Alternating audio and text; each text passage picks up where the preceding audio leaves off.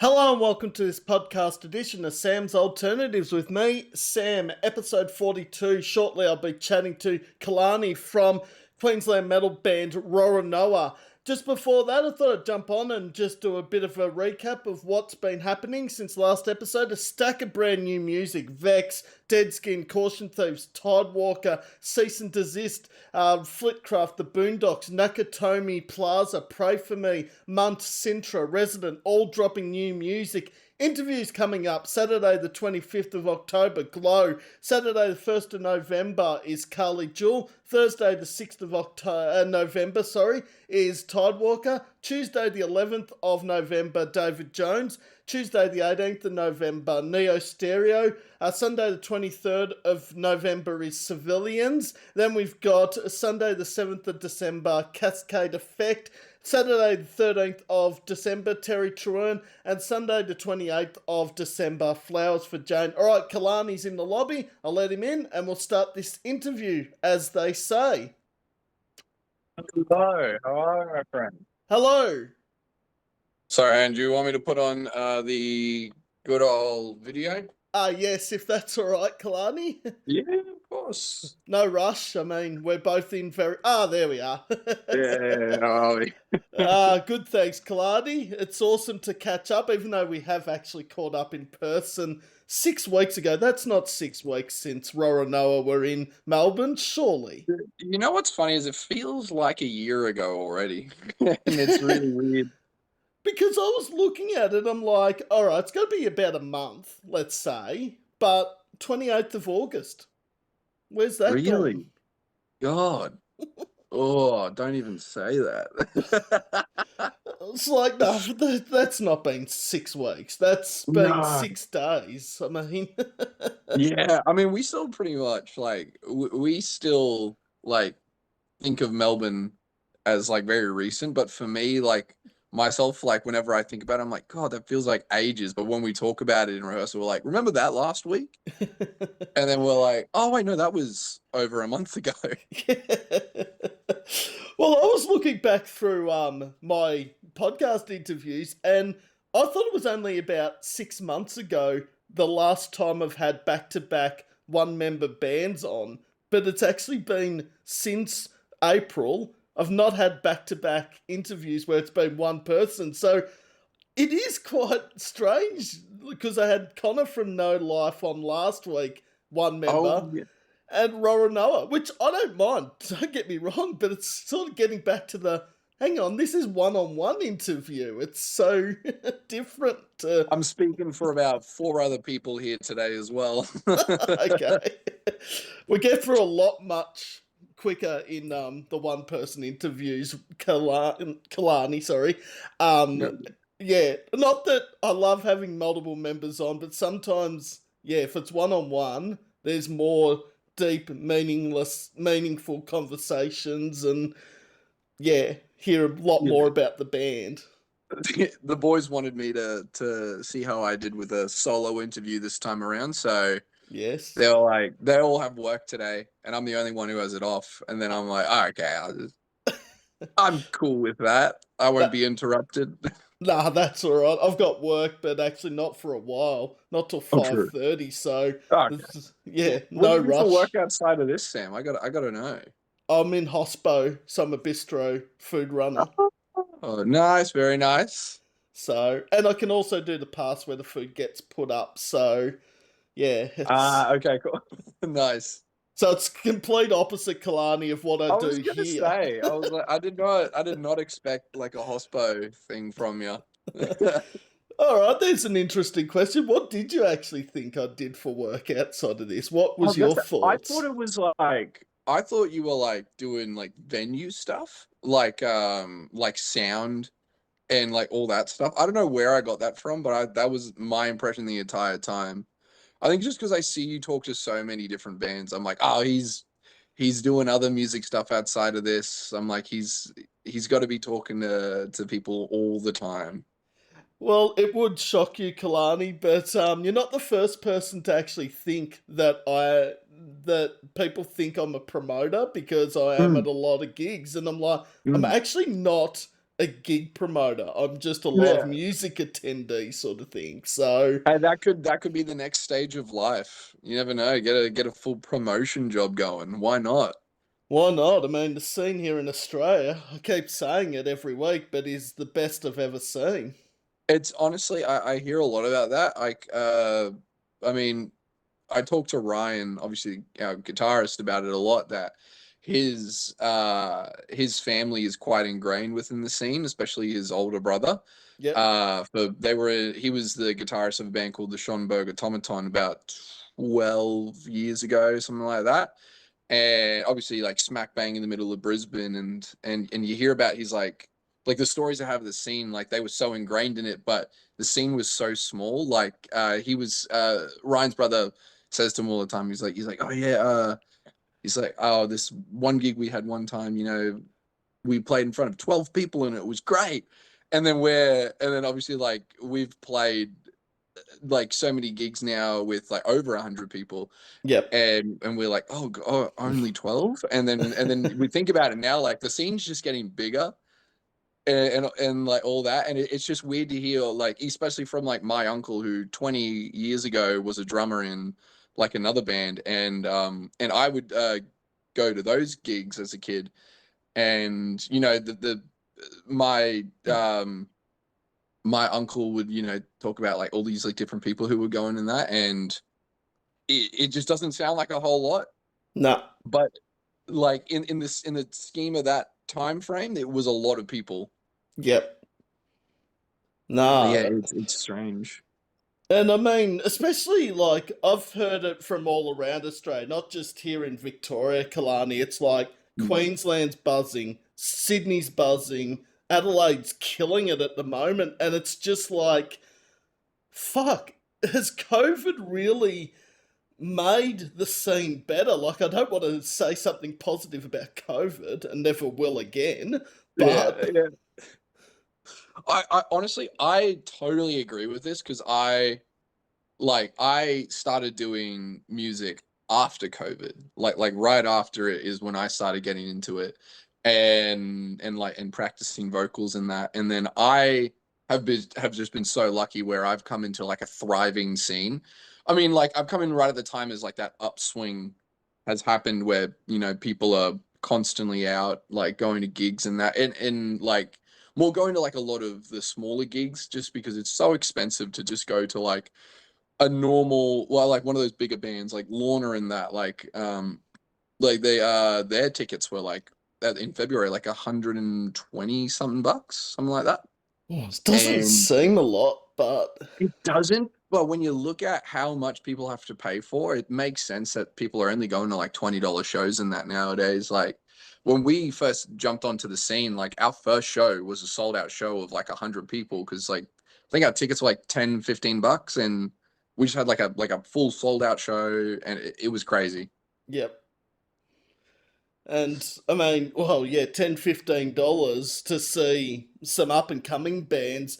There was one gig I saw a few months ago that has now gone on sale, or it's Mm, about to, and it was for next year. I can't think what it was, but it was a huge lineup, and I mm, thought even for that price, that doesn't actually sound too bad. It was like, mm. who was it? It was Polaris, Thy Art Is Murder, Ocean Sleeper, Caskets. Is this the Park Waves? No, this is No. something at St Kilda. It's like, yeah, Caskets and Polaris and Relica and Ocean Sleeper, and tickets are like $115. I'm like, that's actually fucking good value. To be honest, to see those bands, yeah, like that's pretty good. I mean, like, I'd be more privy to go to that than pay a bunch of money for a festival where none of the bands that are there are a band I want to see. Mm, Like you get a lot of festivals nowadays with a lot of the metal scene is so big now that you get so many different like groupings of bands and yeah, that, and it can be so overwhelming, especially like you go for one band and you don't stay for the rest. Like yeah, I especially see it all the time. Like whenever I go to like venues and that, I will stay for the entire thing, even if the bands that are there I'm not with, but like I'll be there from like start till end, and then by the time this certain niche of metal is finished, half of the room's already gone. And it's Yeah. crazy, like these people spend so much money to just only stay for half of it. It's wild. I've got a similar view on that because I've seen it quite a few times, and I know I've been a um, example of that. I do leave some gigs early, but that's because I have to get Mm, home because I don't that's drive and that. But the other week, and I'm not going to mention bands and the venue and all that. mm, One band had like 70 or 80 people. Then the second band dropped to like 30, mm. and then it came back for 60 for the third, and then went back to 30 for the last band. And I don't know what you can do about it, Kalani, because you can't actually staple their feet to the ground and say, "Hey, you Gosh, can't as leave." as much as as you wish you could, you just can't. It is such a tough thing. I think it's like at that point you kind of just got to leave it up to the audience to determine whether or not they want to stay. Because, I mean, at the end of the day, like if for our gigs, we're just happy you bought a fucking ticket. Mm, Like the fact that you made the effort to even come out just for one of the bands, like just shows at least even just the bare minimum support, and like or even just listening to the music in general. Like, but if people want to come out even just for one band on the lineup, I don't mind myself, and I know no. that like us as a band don't really mind. It'd be great if they could stay around, but I'm not going to force you to. But it is just one of those things where I think the bigger the scene gets, I think the more we're going to see a difference in how crowds stay around in that. Like, I'm hoping that by the time that Queensland is at its like peak for like people getting out and about and looking at new bands, and that they'll stay for entire like events and that. Yeah. It's only something that we can hope for though. Yes. And it's very important to anyone that watches this or listens to my bullshit. No, I would probably turn off after 5 minutes if I was watching myself back. But anyway. Oh, I hate looking at stuff that I've recorded myself, like when we've done like little promo things, and I'm like, God, I sound like a fucking idiot. Oh, you get over it though pretty quickly. Like, I Yeah. don't like my voice, honestly, Kalani, but I don't like mine either. I'm so with you. Like I prefer my screaming voice, like aside from my normal voice. I feel like I have a very nasally, annoying voice. because I generally watch back these videos when I upload them, and sometimes before I upload them, and I'm like, Mm. "Here's my voice." I gotta watch it back. I'm like, oh, turn it off. Oh God, I feel that. I resonate with that so like closely. Oh no. But of course, if you haven't picked up already, Kalani is the vocalist of Queensland metal band Roronoah. I don't even think I actually mentioned. I mentioned Kalani. I don't think I actually mentioned his band, which is pretty bad on my end. It's fine. I mean, hopefully the people listening, the people who listen to us as well. Mm. And check out Accustomed to Hurt if you haven't. That's almost been out 3 months. Nah, that's wrong again. God, God, it's yeah. That sounds right. I think. Oh, it's yeah. That also is another thing that feels like has only just dropped recently. I mean, the grand scheme of how long we've been a band, that is a very recent thing. Um, like because we're yeah, wow, 3 months. Holy shit, that flies by. Because Unreal. I was trying to think how long I've actually stumbled across. Because it hasn't been that long since I stumbled across Roronoah. I mean, to be fair, like you've still like kind of found us at such an early stage in our career. I think we've done pretty well for a very small band to kind of climb at the rate we've climbed. It's been a lot of hard work and a lot of sleepless nights and a lot of shitty airplane rides. But I think it like a lot of people like I mean like yourself like you thinking you've come across us pretty late, but I mean we kind of have all done everything that we've done so far in about a year and a half of being a band. So I mean, good on to you. Good for you. Good for you to get onto us so early. Yes. Well, we will get to the story a bit later on how I did Yes. stumble across Roronoah, because that's the story I love bringing into the conversation. Because a lot of people ask me, oh, how do you discover this band or this band? And Mm. there's always a backstory. 90% of the time, a poster flyer is probably the answer. But Honestly, yeah, there's so many people that have that as well. Like we've had a lot of people just be like, oh yeah, we like saw this like poster of you, and we were just like, yeah, we want to go see that. That happened at our Brisbane show on our tour, which was really cool. I had a lot of people be like, oh, you know, didn't really know you, but heard this was happening, saw a fly for it, and we were like, yeah, we want to go to it. So it's been cool. We've had a very wide reach in Brisbane, which has been really fun.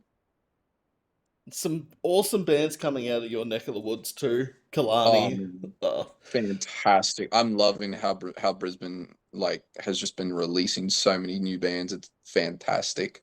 I mean, I could rat off probably 10, but I'd probably miss someone. But the obvious ones like, yeah, Shokan and Zuko, Revenant, Yeah. Wild Dash, Mm-hmm. Mm-hmm. Disgust, there's a whole heap.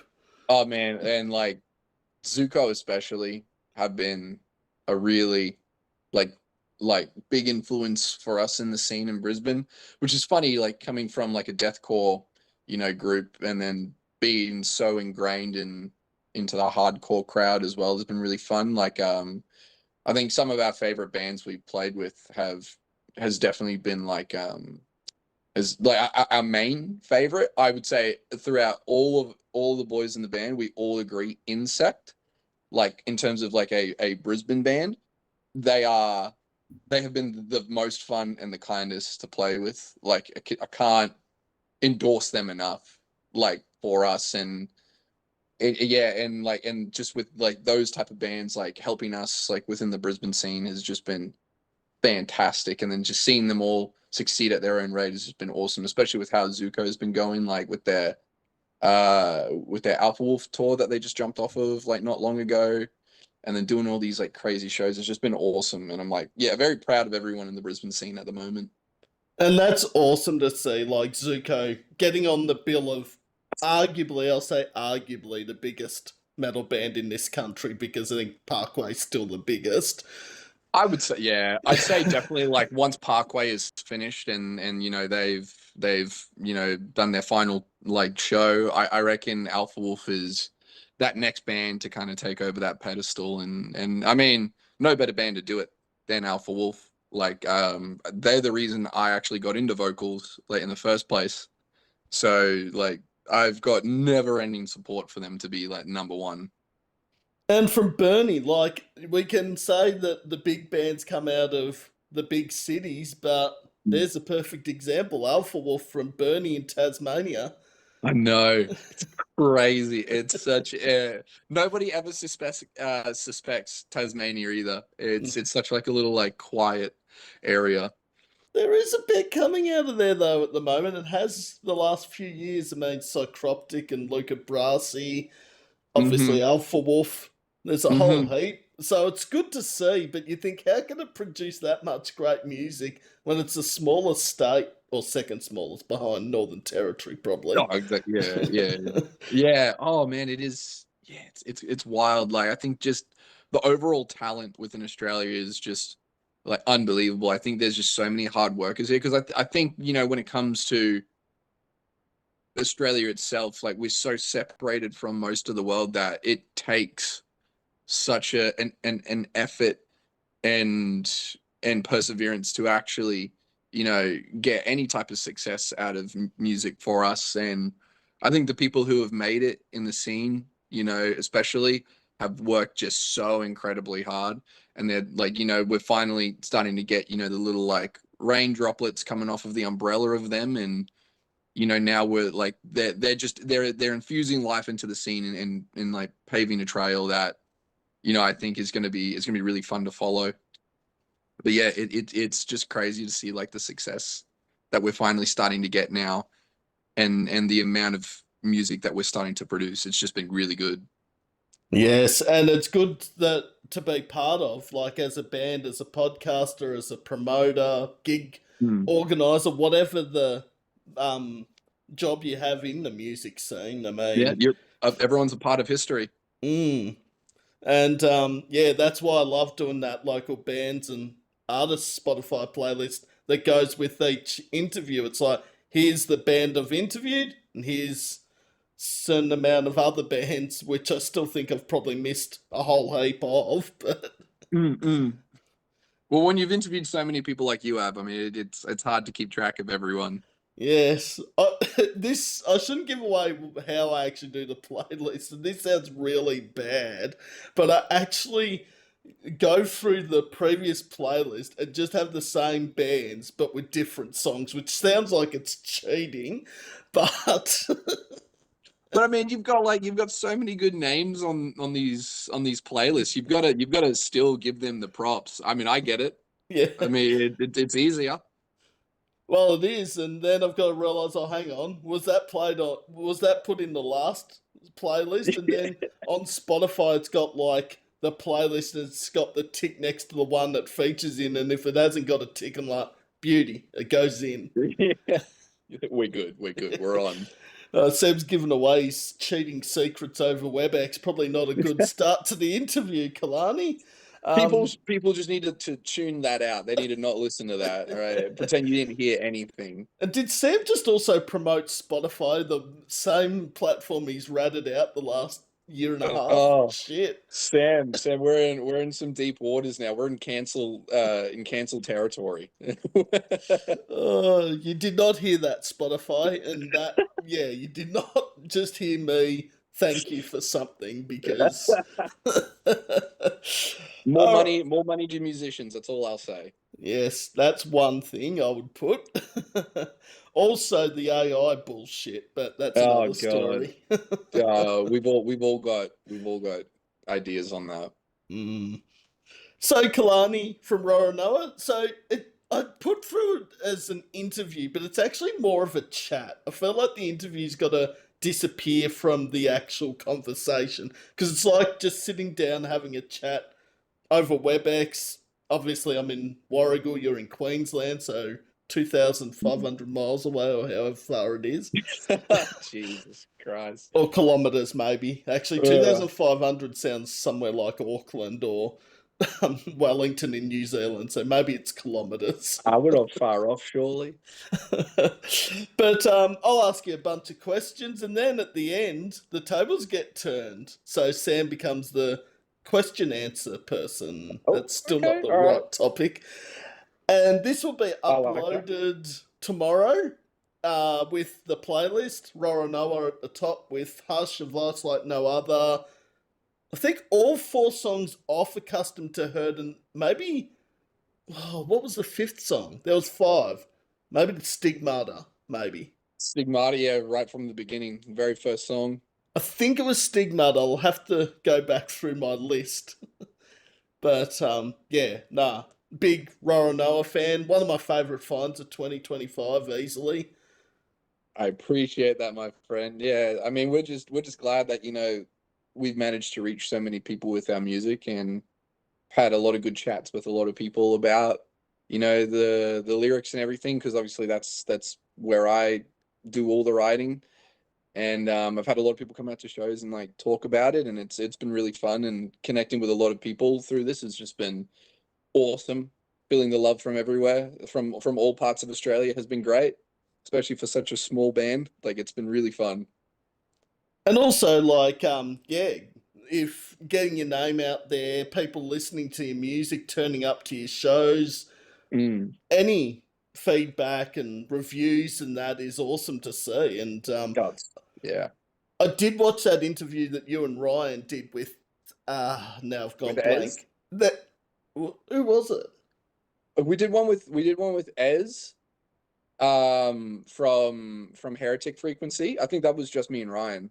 Oh yeah, yeah, yeah. I did Mm. because I'm a massive Heretic Frequency fan. Oh, who isn't? Yeah. We love Ez. Another thing is, congratulations to Ez on 100 episodes on Tuesday. That's Oh yeah, yeah. You'll be hearing my voice hopefully for that episode. So that'll be fun. But yeah, congrats to her. Like honestly, yeah, just unreal. Like 100 episodes is not easy to get to. So big love to Ez. and we saw her for the first time as well in Bendigo recently on that tour, which was awesome to finally get to have a chat with her and that in person and not just over a webcam. Nah, a lot of time for Ez and Space Goat. I'm a massive Space Goat fan as well as Oh, obviously yeah. Heretic Frequency. Yeah, we played with them at ArcFest at the start of the year, which was awesome. Like getting to play alongside Ez, and then actually had a fair few bands that we met for the first time down there, like Total Buzzkill. Oh, great Love blokes. chatting with.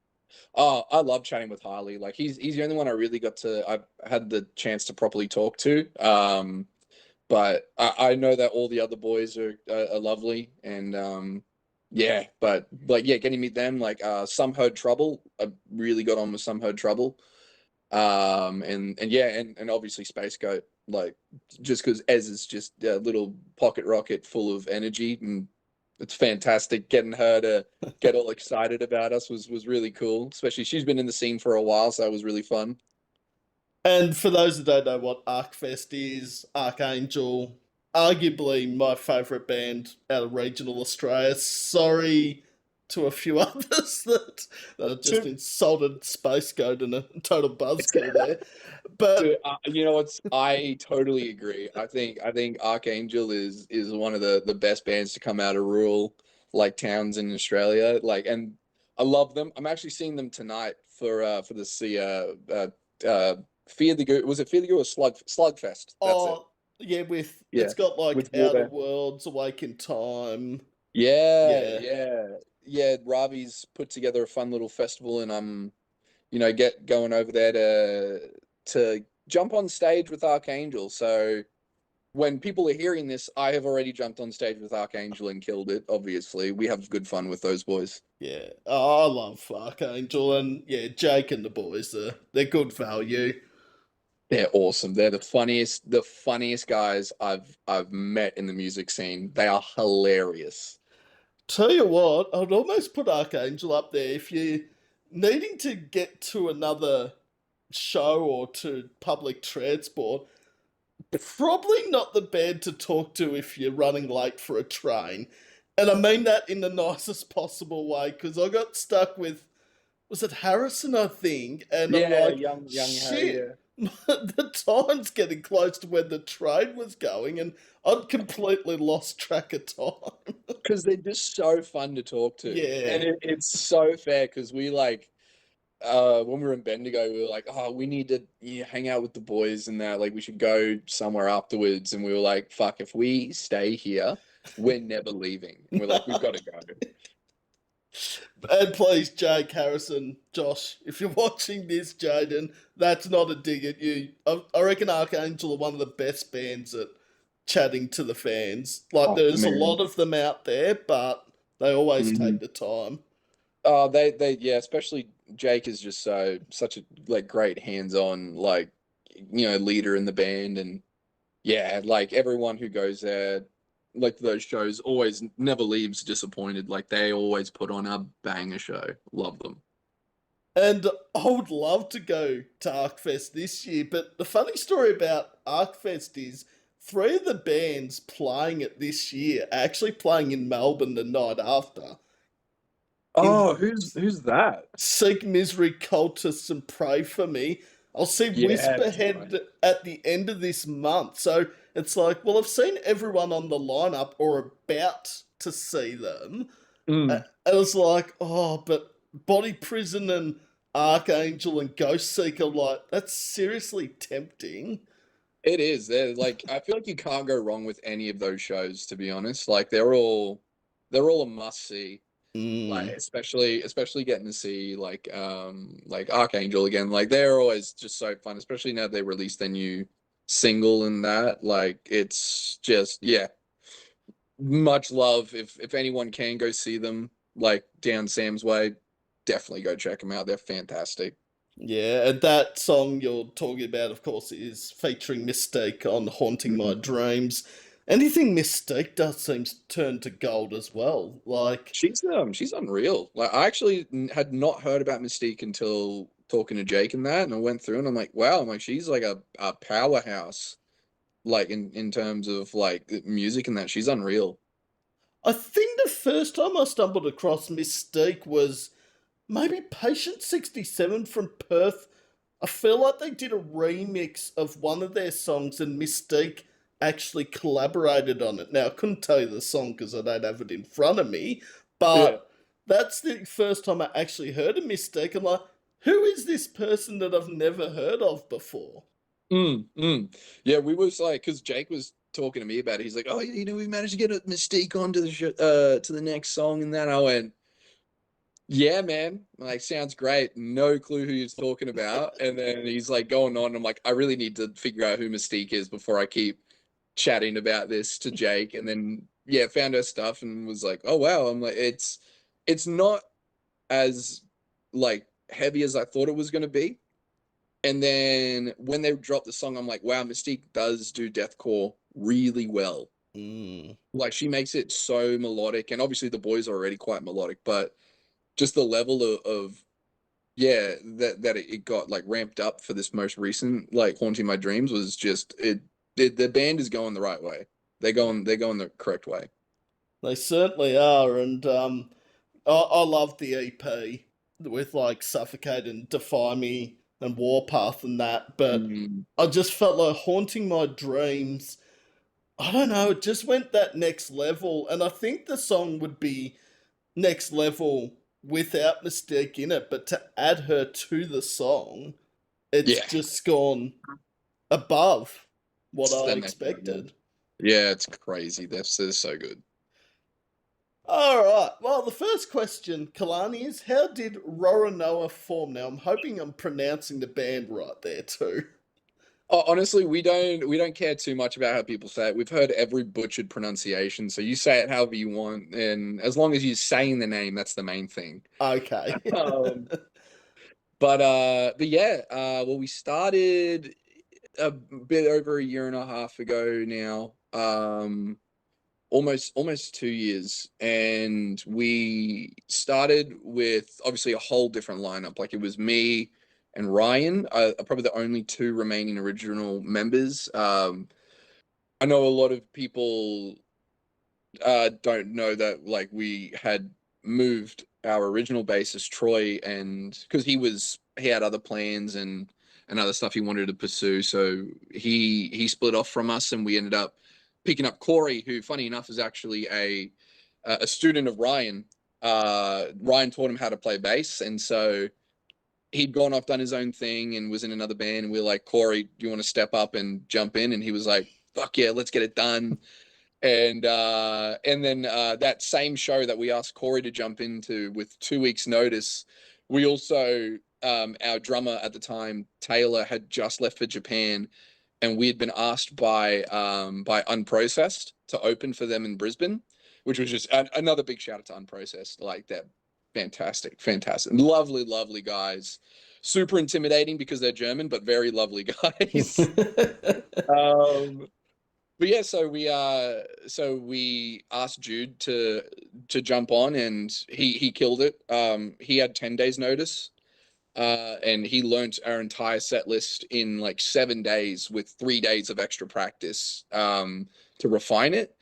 And then and around the same time, like before we had swapped Troy for Corey, we had also put on Josh, who was actually our rhythm guitarist, who was actually our a brother of one of my really good mates, who I work with, and he was telling me, he's like, oh dude, you got to put Josh on.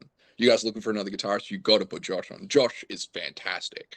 And I was like, yeah, we'll see how he does. And then we put him on, and we're like, fuck, this guy is actually this. He rips, he shreds. And yeah, and then after we did Unprocessed, a couple months down the track, we were chatting with Taylor, and she was, letting us know that she just wasn't feeling the music anymore and was wanting to go do other stuff because she was studying as well, and she wanted to take that as like her main thing, and we were more than happy to support her in her journey and send her off with a bunch of love. And then we turned to Jude and we're like, hey, our set list? we love having you here. We need the youth back in the band. I mean, we're all pretty young. I say that as if we're all old fuckers, Josh is the only one who's pushing 30. Uh, um, and so we got Jude. We were like, hey, jump on, and Jude was more than happy to jump on, and he was actually in the other band that Corey was in before we pulled him. So we actually pulled two members from that band, which I send my apologies to. That was my bad. I did a lot of the scouting, and I couldn't find anyone else to pull, so that's my bad to those boys. But yeah, the lineup is solid. We all work together really well.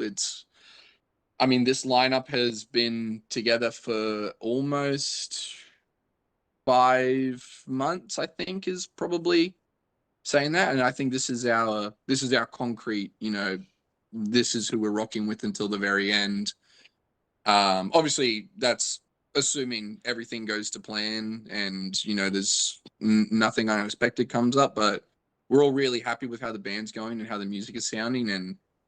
And yeah, so that's kind of how, Roronoah started. And we all met, the first initial group actually met through uni.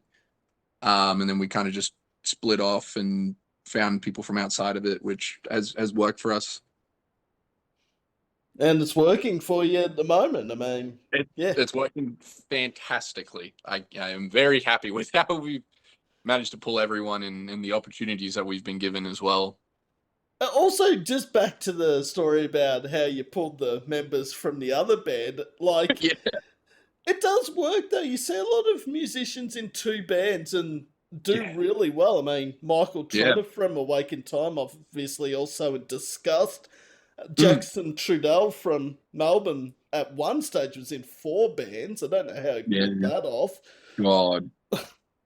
But maybe because he's a freak. And again, if Jackson's watching this, that's not an insult. That's just you are actually very You're good the best at drumming. type of freak. Yeah. But I have noticed though it is drummers a lot that are in double ups. Oh, and it's because it is hard to get a good drummer. So a lot of people just reuse the same drummers. Like Jude is actually in 2 other projects outside of Roronoah.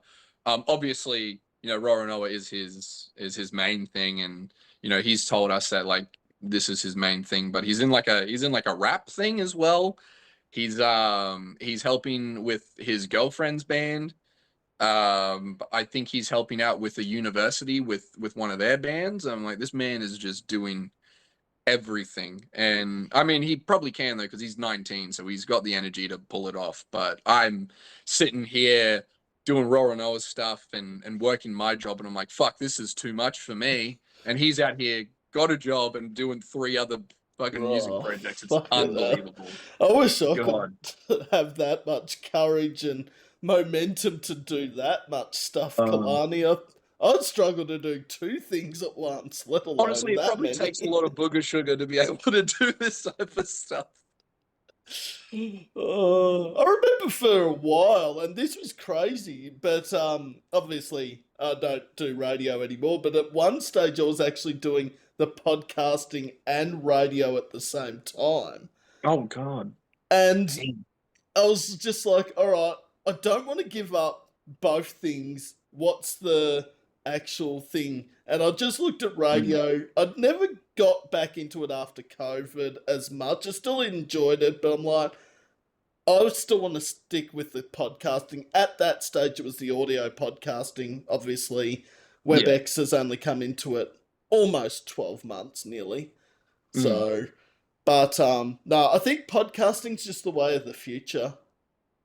I think so, and with so many people, like doing it, like it's probably the most accessible form of like radio nowadays. Like just sitting and listening to people talk. Like I consistently listen to like the Almost Friday podcast, just because like it gives me more joy than just turning on normal radio, and then like. And then actually getting to choose like different episodes and stuff. It just seems way more user friendly nowadays. I think you've definitely chosen the right way to go, like in my opinion.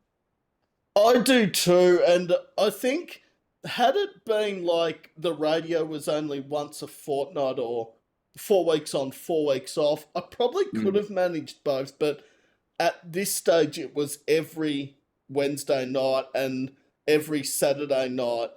Not every Saturday night, sorry, once a fortnight. It was a Saturday and a Wednesday, plus the Mm. podcasting. I'm just like, yeah, it's just a bit too much to do. I don't doubt it. What station were you with initially?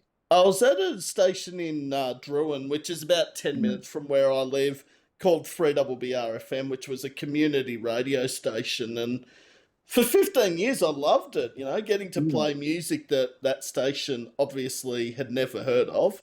Yeah. Like, it was pretty heavy stuff. And in the last 6 to 12 months, it was sort of playing the real heavy Aussie stuff. So, like, Atlas had just dropped The Wound to Blade. Ooh. I do And love Atlas. I do love Atlas. my boys from, well, they're not from well, they are from my area, but they're further down. They're from Traralgon and Sale. I'll just say they're Oh, my area. Traralgon. Nice. That's my girlfriend's family actually is from Traralgon. So Oh, shout out no Traralgon. way! Shout out Shit. Traralgon. Now I do know Traralgon because it's about 3/4 of an hour from where I live. So Mhm. Fun little sketchiest parts of Victoria. Why not? A little bit of produced Ocean danger. Sleeper and Atlas. There's nothing Yeah. sketchy about those two bands. They oh, they stayed away from the sketch. They stayed away from it. oh, sorry, and Mirrors. Whoops. Yep. Oh Mirrors yeah. won't like that as well. Shit. I've thrown a They'll few bands under they'll the forgive bus. you. They'll forgive you. Now, actually, speaking of Mirrors and Ocean Sleeper, I see there's a Mm. gig up in Queensland around Christmas, and I saw the fucking lineup, and like, if that played in Melbourne, I'd be there in a fucking heartbeat, because it was Deficit, Stepson, Ocean Sleeper, Mirrors, and Oh Red Hawk.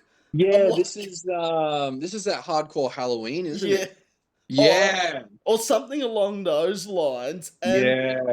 I'm like, please say Melbourne, please say Melbourne, Brightside, Brisbane. I'm like, oh fuck. God, yeah. Oh man, I want to go to that so bad. It all just depends on if it's on a day where I have off and if I've got the money as Yeah, well. That's probably a big thing if for me is if I have the money for it. because I I mean, because saw. we're still sinking money into some new songs at the moment, so that's so that'll be a big what if for me. Yeah. I saw the lineup and I saw Stepson, Deficit, and Ocean Sleeper. I'm like, if this is Melbourne, I'm not even hesitating. And then I saw it's Brisbane. I'm like, yeah, now I am. I actually met the stepson vocalist. I always forget his name. Nicholas, was it? No. Uh, Jaden. Sorry, I've got the wrong person. yeah, I met him for the first time probably halfway through this year at because he was tattooing at a studio called Shinko, and my tattoo artist was actually working there for that week, and I met him, and he's a really lovely guy. I thought he was gonna be way more intimidating than he was, and then I met him in person. I'm like, oh, this dude's a big sweetheart, and it was really cool. The metalheads seem to be the biggest sweethearts off the Oh stage. man, it really throws me off because I'm like I like imagine like I know a lot of people when they meet me, I hear the same thing like sweetheart and that, and I'm like I'm trying to be like as intimidating as possible. I'm like I'm on stage like screaming at people to like punch each other in the face, and I come off stage and I'm suddenly now a big sweetheart. It's really weird. I don't know what it is about that, but it's the metalheads that I've met, like the metal vocalists in Yeah. particular, have been screaming at me, and then you talk to them off stage, it's like, is this the same person? I Oh mean, God. I think I get all the anger out while I'm on stage. I think when I come off, it's like I've just come out of like a 12-hour massage. I'm like I'm in Zen. I feel like although my body hurts as if I got like punched about 100 times in the stomach, oh but yes. But no, I was very surprised because when I saw Roronoah at the Tote a couple of months ago, I was like, oh shit, this is a heavy band. And then talking to Ryan and Kalani, it's like, again, is this the same people that were on stage yelling and screaming at us? Oh God, it's really funny. I think like when we first started our first show, I was like I like to crack a lot of jokes and stuff, like just in general, Yeah. like life and that. And I was cracking jokes on stage and trying to just be funny and charismatic and whatever. And I came off stage and then, the next day, get a message from Ryan. He's like, cut that shit out. He's like, you need to be scary. He's like, that wasn't scary enough. And Oh, so then I was like, fuck, all right, I'll save it for after the set and that. So that now on stage, I'm an asshole, and then I come off stage, and then I'm back to being my normal self. I like that. That wasn't Yeah. funny. Oh, okay. How did you come up with the band name Roronoah? That's a question we get probably the most consistently, and that is all Ryan. I'll say, like, I mean, out of the original lineup, he was the one who thought of it, and we all voted on it. So I would give him probably the most props for coming up with Roronoa. I mean, I'm a big anime fan. Ryan is a somewhat, he enjoys it and all that. The other two barely watched it at all and barely knew anything about it. And obviously, like the name is very synonymous with One Piece. So Ryan's come to us like on one of our early sessions and was like, "Need to think of a name. I've come up with this." He's like, "I want the name Roronoa, like from One Piece, Roronoa Zoro, the swords guy." And he's like, "But I want to add an H so that it's slightly different and we're not just ripping off One Piece." And so we've now just run with Roronoa with a H. And we try and do a lot of pirate theming stuff. I think it goes over a lot of people's heads because of how like gently we throw it in there. But yeah, that's where the name comes from. It is an anime name. We are a bunch of fucking nerds, especially me. Like if you don't talk to me about nerd shit, or I won't shut up. Okay, well, It's a very loaded one. I It's a, don't have it's a very anything loaded one. against anime. I used to watch it, and I did have a phase where I was watching a bit of anime, and then sort of outgrew it. And but I like that idea of the whole anime thing and the One Piece and Yeah. also I think I've mentioned this to probably 100 bands that finding a name that's not already taken or isn't going to be Uh, copyright. yeah.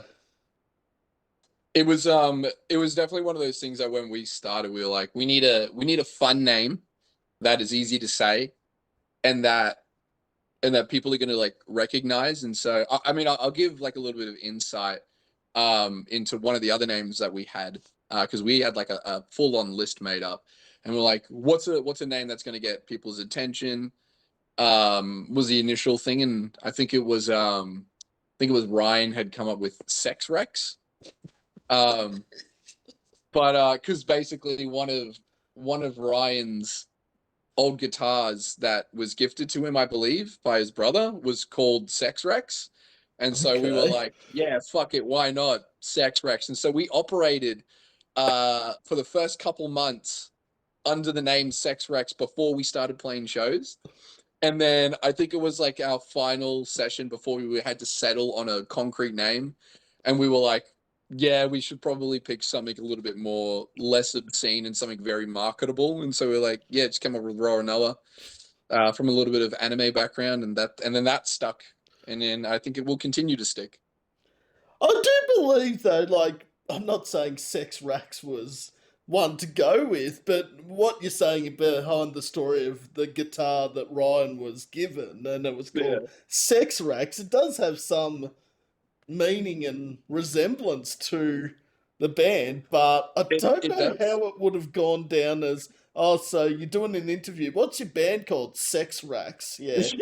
Yeah, because it would have been. I think it would have been very funny, even if it was just a take the piss moment. But yeah, we were like, no, we're a serious band, like to a degree. We're like, we should probably pick something serious, and we picked something that was from a cartoon show. So there you go.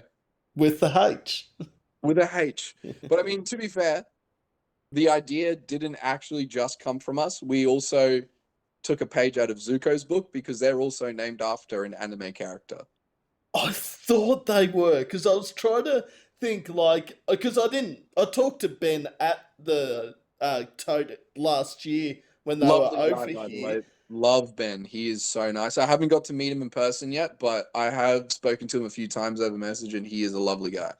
Because when I went to that gig, my brother said, "Oh, you do realize there's a character called Zuko," and he said you should go up to the guy from Zuko, one of the members. So Ben Yeah. was at the merch desk, and I'm just Yeah. like, we're chatting, and I completely forgot to ask the damn question. And my brother goes, "Did you ask it?" I'm like, I completely forgot. See, it's funny because we've never directly asked them, but we've heard from like friends of Zuko that that is where the name comes from, and so we're all operating under the idea that they are named after Prince Zuko from Avatar: The Last Airbender. So, I mean, that's what I'm operating under the assumption of, and I will continue to operate under that until I'm told otherwise. Nah, they were actually. I've never seen a bad show at the Toad upstairs. I don't have much opinion of the rest of the venue, but upstairs I've never seen a bad band, so that's a good. I've seen Zuko there, seen Heist, seen Roronoah, seen a whole heap of bands up there, and I feel like they're getting better, which is a Yeah. very promising sign, actually. I mean, yeah, we actually get that feedback a lot as well. I mean, even just as an individual, like getting better. Like it's like the only trajectory for music, in my opinion, is to continuously get better. And I think like now, especially now that the scene is so good, like you're seeing so many like bands just get greater and greater, and then some new bands coming up who are great. Mm. And it's not a competition. I hear a lot of people say, "Oh, we're in it fast and us only." It's like if you have that Mm, look on things in music or in life in general as well, you're mm-hmm. gonna get found out, and people will not want to work with you. 100%. Like we were chatting to Archangel about this, and Archangel's met a few bands, and they were like, honestly, they're like, there's a couple bands that we've met who, were very much in it for themselves, and they were like, and we all were under the understanding, like, for us and Archangel that, if one of us gets big, the other one comes with us Yep. because it is just it's a community, and we want to be surrounded by people who want to work with other people and who want to get better, and who want to be at the top of their game, and and the only way that happens is by being open to working with other people and putting your egos to the side, because obviously as a musician every musician should have an ego, but it needs to be checked. And I think that, you see a lot of people in the scene, especially you'll have great people and then you'll have people with the big egos who can't get past it. And it really does limit some really good bands. And it is very disappointing to see that. Because at the end of the day, the other thing we've got to realize with these bands is they're just like any other person. Exactly. Yeah, and 100%. look, I've got to be honest, I've not come across any of these bands. I know there are some in the scene that have that, Mm, but I think yeah, it's sort of like what I always have to remember is when I'm interviewing someone or chatting to someone is they're just like me. Just yeah. yeah. It's 100%. Like I get I feel really weird when people come up to me at after shows and that, and then they're really hesitant to speak to me. And I'm like, dude, I am nowhere near famous enough for you to be worried about chatting to me. I'm like, just come up and have the conversation. Cause like, I mean, I love having a good chat as much as the next bloke. So like, it is just, yeah, having that courage to go talk to me as if I am another person is makes me feel better, especially at shows. Well, funny story about how me and Kalani actually met at the Toad. It was actually I was talking to Ryan first Because I'm like, oh, I just started chatting to Ryan, and then I saw you. I'm like, oh, there's Kalani. I should actually say hello, not having anything against Ryan. It's sort of like, oh, talk to him I now. do. I have a lot against him. Fuck that guy. Um, that's right. He'll say the same thing about me. It's fine. Oh shit! Banter with only one person. I love Yeah. that. Very one-sided. I'm winning in this argument right now. He's got no leg to stand on right now. He's getting a Although if he message. watches this back and then next rehearsal and if you see me with a black eye next time, you know that he's heard this part of the interview.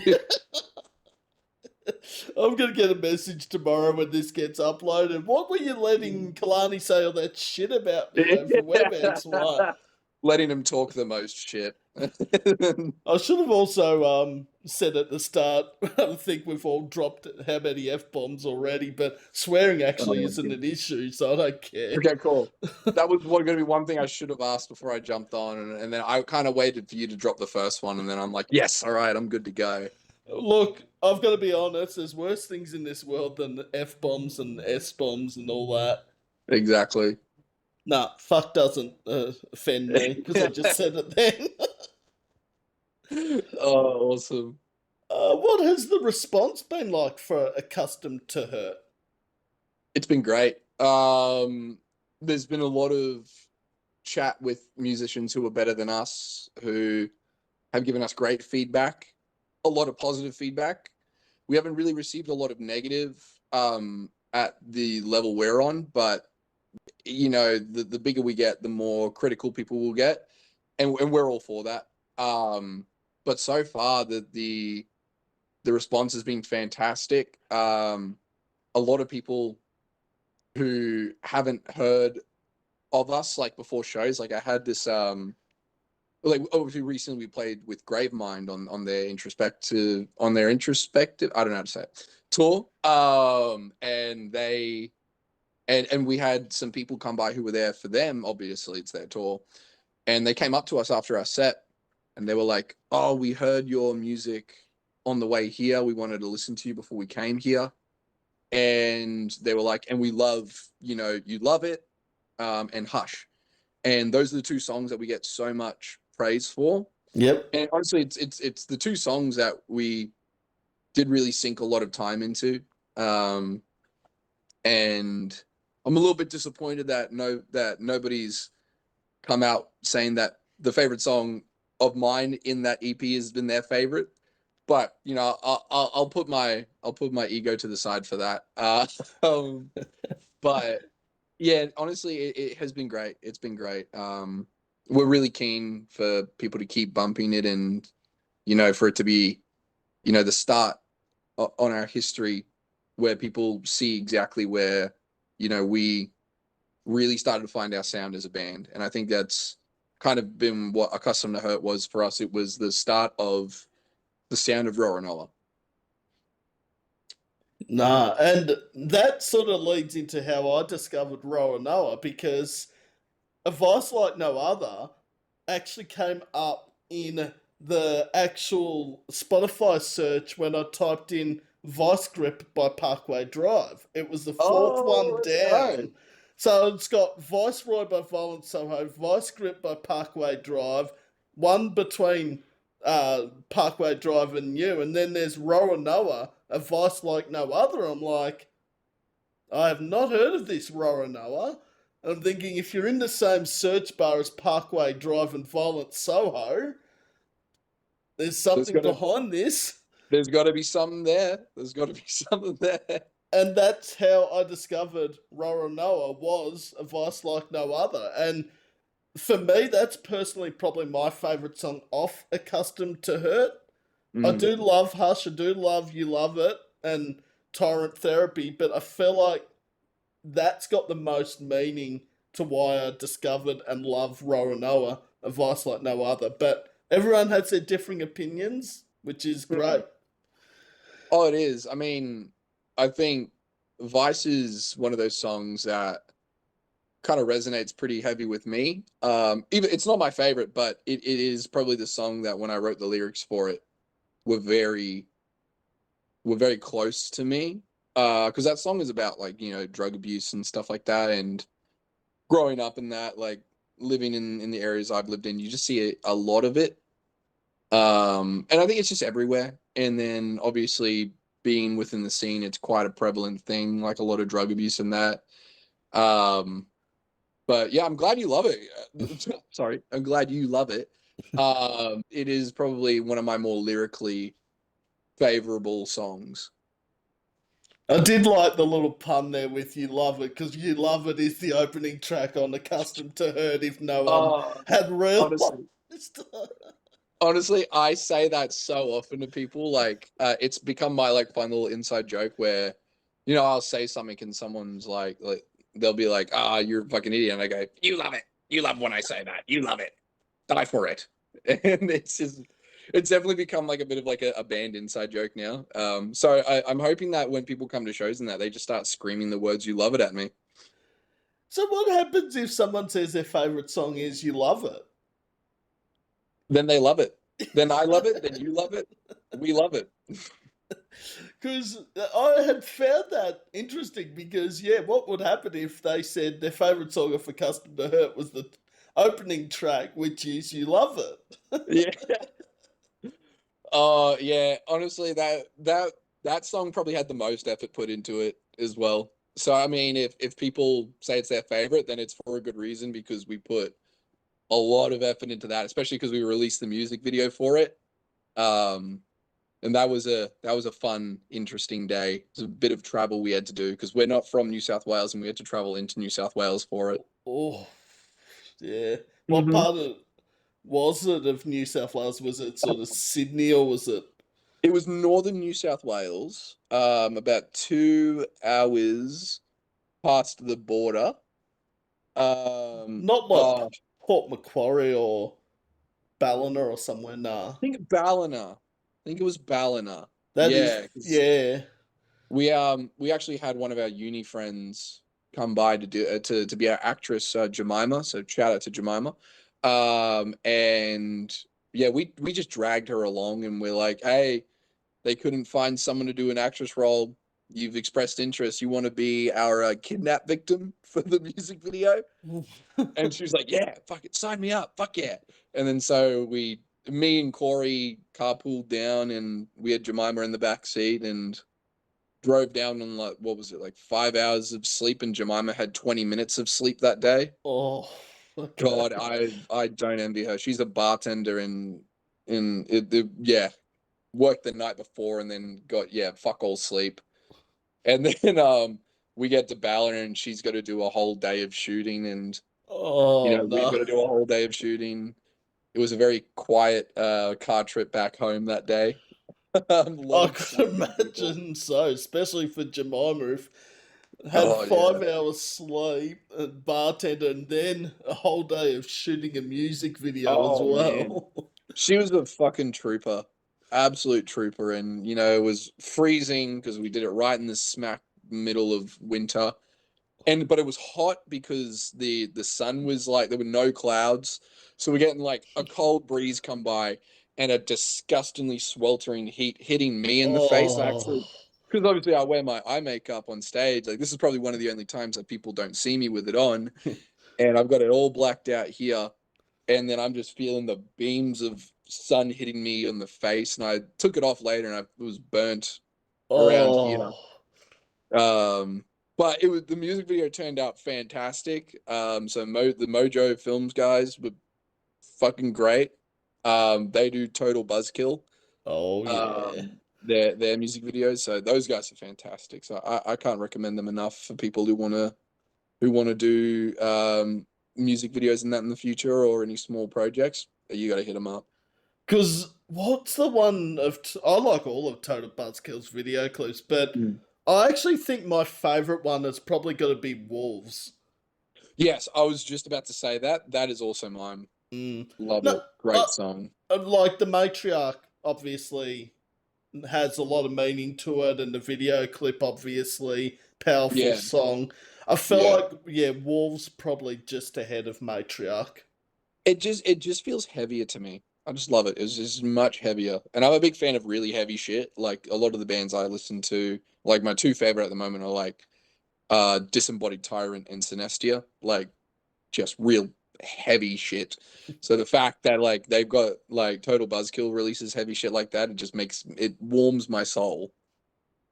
And then they go like they got a good mixture because when I listen to the start of Something Beautiful, yeah, you Yeah. go to the heavy stuff like Wolves and False Hopes, Underdogs, and then Mm. Empty Words is sort of it's still heavy, but it's sort of more of a melodic metal song. It's got some real digestible parts for people like who aren't into metal, which is great. Like they're really hitting like all of their categories for music, which is it's great to see. Like there's a lot of that nowadays, so it's really good to see it. And of course, Total Buzzkill, I think, also did. I'm not too sure which video clip they worked on with Chris Zagas from Heist. Might have Mm, been Underdogs, maybe.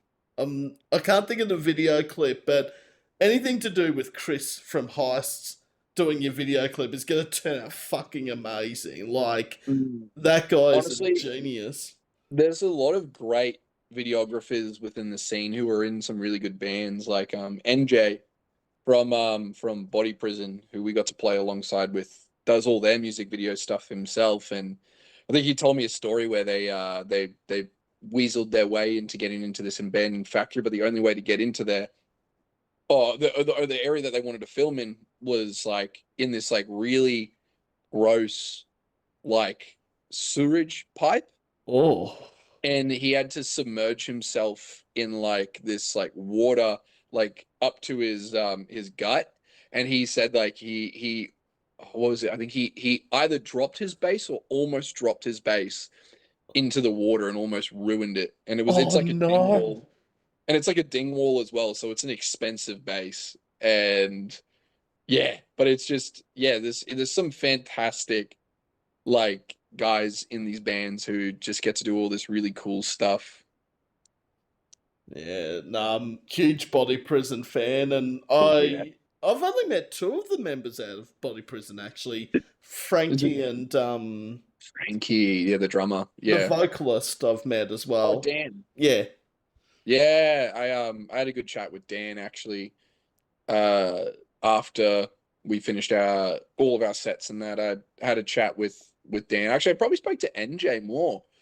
And then I spoke to Tom, their guitarist, who does all their production and that. And they're all lovely, lovely guys. Very intimidating bunch of blokes though, but especially talking to like NJ afterwards, he's a very timid man, but on stage he's calling out people, being like, "You're all a bunch of fucking pussies. Bring it up the front. I want to see some blood." And then you get to talk to him afterwards, and we're complimenting him, and he's like, "Stop!" He's like, I can't take compliments." And it was just so funny seeing that weird that like difference in personality from on stage to off is just so funny. Oh no, and I think again back to what we said before. I think it's that people that see these bands, not everyone's quick to judge or find them intimidating, but I think Yeah. once you start talking to someone that is, a character like NJ from Body Prison or Kalani from Roronoah, not that I'm intimidated by this, this is completely laid back as I'm I a big thought it would scary be. guy. I've got neck tattoos. What are you gonna do? And Sam's clean skin, probably one of the Yeah. only people in the scene with no tattoos. But Oh god, that's so funny. it's funny, everyone looks at me hanging out with people with like tattoos and like, you hanging out with I'm like, people what with are you tattoos. doing there? Yeah, I'm just like, well, they're friends. Like, it yeah. it It's just it's is funny. what it is. But 100%. yeah. Who knows? I might get one down the track, maybe. I know people. I know some people. I've just got to get over my fear of needles. Oh, that's one of the things when I was a kid, I was deathly afraid because one of my mum's ex-partners, he told me that it's like getting stuck with knives when I was a kid. I'm like, I'm never getting a tattoo. That sounds horrible. And as soon as I turned 18, the first thing I did was I got a tattoo on my hand.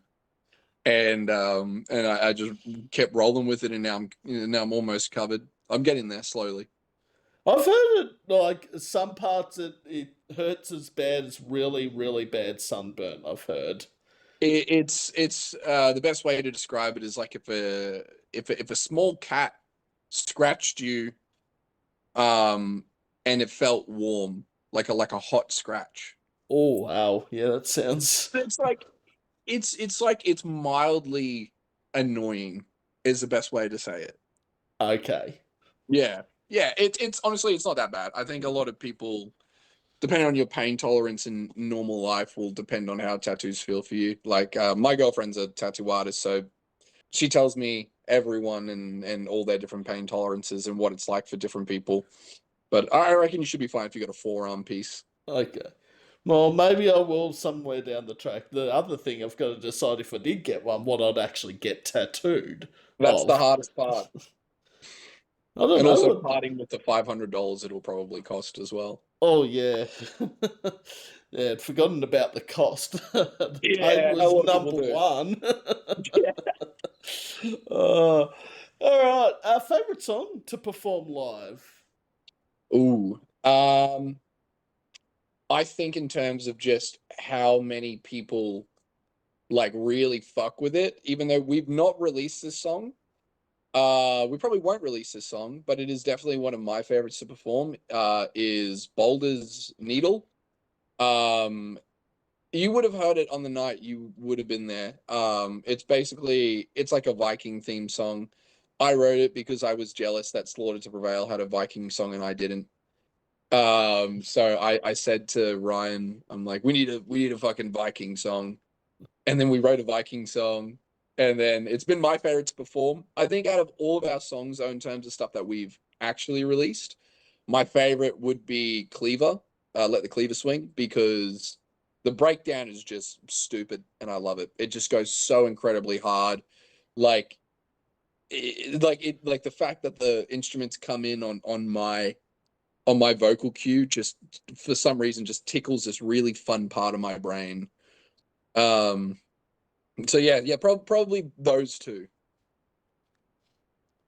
Yes, and I like the idea of the song that hasn't been released as your favorite or one of your favorite songs to perform live. But I love that whole thing about Slaughter to Prevail have done a song about Vikings. We're gonna do one now. Yeah, I really did just rip off the idea from them.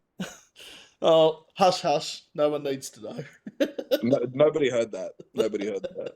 I still no, I haven't seen Slaughter to Prevail yet. I want to. Oh, I saw them at Good Things last year with Ryan, and the mosh pit was crazy. Like we ended up getting separated in the mosh pit by like a fair distance because of how crazy it got. Like I think that's the most winded I've ever been in my life was being in that mosh pit. It was Oh, fantastic though. well, that's the main thing. It was fantastic, even if you did end up pretty winded. And Oh God, I was so close to throwing up. It's so close. I think I'm getting too old for that shit with the moshing now. Like Oh, I'm the. it's funny, the older I get, the more I am like likely to mosh. And it's funny saying that because I am only 23, but like I want to mosh the more like every year the urge to mosh is just getting more and more intense. I feel like I'll be 70, I'll be out of music by that point, and I'll still be in the pits punching people in the face. Which is the goal, the dream. It's the dream.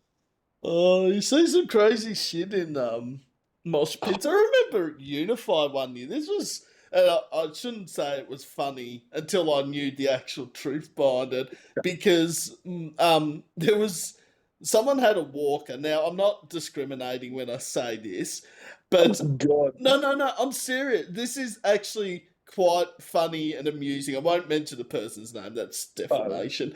But they were carrying this mangled like walker out of the mosh pit, oh my and they God. found it at the end of the festival.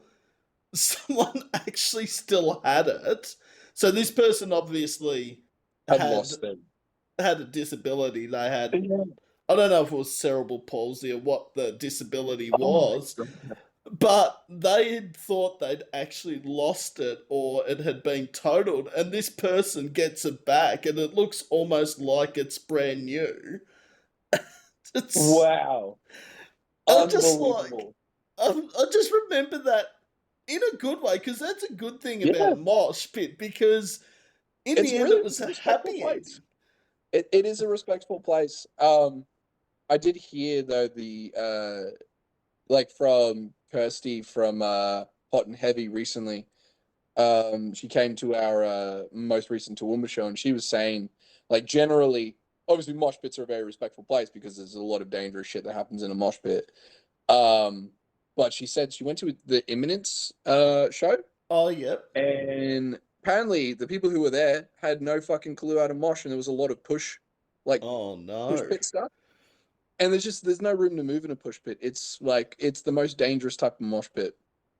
Like I'd say it's worse than crowd killing. Yeah, Um, it would be close, I reckon. because like if someone falls over and that pit is moving around, like you don't know who's getting stepped on. No. But that's interesting what you also said because, like, if it wasn't an experienced mosh pit or they hadn't been in many, that's more dangerous than actually people who have been in many of them. Because So, at least if there's people that have been in many mosh pits, they sort of have a bit of an understanding of, how to stay safe and pick people up and all that. But if you're mhm. inexperienced, yeah, That's what we need. We need more people in the mosh pits who are like 6'6" enforcers. Because when I went to the slaughter one, there was this massive 6'6" dude behind me, huge tattooed motherfucker, and there was a few people in front of me had fallen over, and I tripped over them. And so he just, all I feel on the back of me is this dude just grabbed me by the back of my neck and just whoop, pull me up and put me back on my feet. And he's like, keep fucking running, keep fucking running. And I'm just like, whatever you say. And kept doing the fucking circle pit. But I think we need those people. We need people to be that guy in the pit to be like, fucking, this is how you do it. This is how you help everyone else. Like, get in there and do your part. Like, we need some pit veterans more than ever nowadays, especially now that metal's getting big again. People need to be taught how to mosh. yeah. And Sam might then get back into mosh pit. And then yeah, then do it for Sam, all right, everyone. Let Sam get back into moshing. Right, he needs it. Well, last time I was near a mosh pit, I got smacked into the merch desk at Bergie, Oh which shit. wasn't fun. Me hip hit the corner of the table. I'm like, Oh oh. fuck. I'm like, why That is my sounds hip so sore after the gig? I'm like, oh yeah, just got a duh. random little stab wound from the side of a table in your gut. You're like, oh, it's probably where the blood's coming from.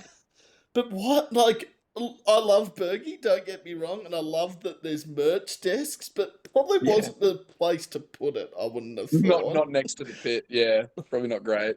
Well, it's not as bad as Max Watts. They put the merch desk near the exit. I'm like, Oh, that's not a good idea, and the bar's on the yeah. other side. Yeah, shit. You want it all to be at least seamless. The one thing I love is the bright side, like the way that they have their merch areas set up. It's so good. Like they've got like the merch tables set up to the left of the bar. The bar's like right at the end of the thing, and then the entry and exit are to the right of the bar. Like everything is just in one straight line. Yep. And whenever bands play there, they sell so much fucking merch. Like it's such a good venue for like placement. It's awesome. Which is that's what you want if it's laid out properly. And look, I understand to a degree why that merch desk is where it is at the Bergie Mhm. because there's no other real area to put it. But Yeah. it's next door to the green room. It's literally 5 meters away from the area of the mosh pit. Yeah. Something's gonna happen. 100%. 100%. Yeah, Oh, it is ridiculous. that's Like just a little bit more forward thinking from venues would really help with that type of stuff. And look, outside of that, I think Bergie's probably my favourite venue in Melbourne. So if they're watching this, this wasn't a direct attack at them. Please let Sam back into the venue. Oh Please let shit, him back. shit! I'm there tomorrow night, and this will get uploaded before the. Oh fuck yeah! Okay, scrap, cut. They probably have. We're never getting back in there. I'm never We've getting ruined back it. into Bergie after this. Probably, and Tote probably watch this, and it'll be the same. Uh, I will say the Tote was a very fun venue. I actually thought it was a really cool venue. It's in a really good spot, I think, in terms of like traffic, like foot traffic and that through Melbourne. It's not bad. I really liked it. I think also because we played a pretty fun set there, like definitely helped it. And it's Johnston Street in Melbourne has that many venues too. I feel like it's almost the street in Melbourne that's iconic for live music because you got Bendigo Mm, Hotel, you got Nighthawks, you got Tote, Bad Decisions, Old yeah. Bar, Laundry Bar. They're all in that area. Mm, Yeah, it's yeah, just 100%. yeah. So and the Tote's very easy to get to. I just generally get off at Victoria Park, and it's only a 10-minute walk. Yeah, I mean, honestly, we found a decent amount of parking through there. Like, funny enough, like there's a little loading zone at the front of the tote, which was a lot easier for us to, get our shit out of the car and throw it straight into the venue. And I literally only went 2 minutes down the road to go find a park, and I found one instantly. Then it was just like a That's maximum 5 minute walk back to the venue, like super easy. that's That's very easy, and that's very hard to find in Melbourne as well. A car park two Oh minutes away. God, I dread every second that I spend outside of the car in Melbourne because like especially like going to try and find a park or anything or even like coming back to your car and then being boxed in is just so natural over there. Yep. It was and I was driving a car that I had not driven before and I was like this is the worst case possible, but we managed to find parks everywhere we went. And I think it's just because we got the Brisbane luck on our side. I think Queensland was rooting for us while we were in Victoria. Looking after the Queensland bands. They have to. They have to. I'm only a fragile little guy. There's someone needs to help me, and Queensland had my back apparently. I'm a Queenslander originally, but I just Oh shit. yeah, I'm originally a Kingaroy born boy. Oh, okay. Yeah, So, right. but yeah, been in Gippsland for 35 years, so I'm now a Victorian. It'll change you. It'll change you. Like Victoria changes people. But when it comes to state of origin in rugby, not that I'm a big rugby fan, I am a Queenslander in that. And why would you pick anything else? Because fuck the cockroaches. It's all about the toads. I would have probably offended New South Wales And people I don't there. care. I don't care. That is the one thing I feel like I will stand on. I'm not a rugby person, but when it comes to like a good old fashioned like opposition of sports teams, I'm all about it. Like I don't care about footy, but as soon as you talk about the origin, it's fucking maroon or nothing. And I'll die on that hill. We've got a bit of the battle here in Victoria. Like, it's always Melbourne versus Sydney. It's sort of like Melbourne's got this, Sydney's got that. And people are like, oh, what side are you on? I'm like, Melbourne. Yeah. I've got friends in Sydney. I realise that, but Yeah. it's. As much as I love Brisbane, for my teams, I hate the Sydney teams just as much as I love the Brisbane teams. Mm, They hate us and we hate them, and then that's true love right there. That's true love. You love it. No, sorry, that was a really bad lead in. you tried to sneak one in there. I saw that. Nice. Oh, puns not my strength in interviews, but I Yeah, just threw one in there, didn't I? that's all right. Yeah, that's all right. I'll do enough for the both of us. It's fine. Fucking hell, is it that long we've been talking already? It only felt like Oh, we just got on. we just chat shit, right? It's all that's what it's all about. There's been some. I've loved this, and I'm not saying end it right now. That wasn't my. It's done. Cut the cameras. Cut them. Oh, no, no, no, that wasn't what I was referring to. It, it amazes me every episode. You think, all right, we've started the interview, and then next minute you look up at the timer above me, which people can't see, obviously, because I'm Yeah. on WebEx, but it says it's already been an hour and 19 minutes, and I'm like, where? Where has that gone? Everyone's Like, gonna be like, "Fuck, this man can talk. Fuck, he doesn't stop." yeah, that's what they think about me, Kalani. They think, oh Yeah. God, is the host ever going to shut this video down? And why would you? Why would you get rid of such a fun conversation? Oh no, this has been every bit as good as any of the other episodes. I feel like the episodes are getting better by the minute.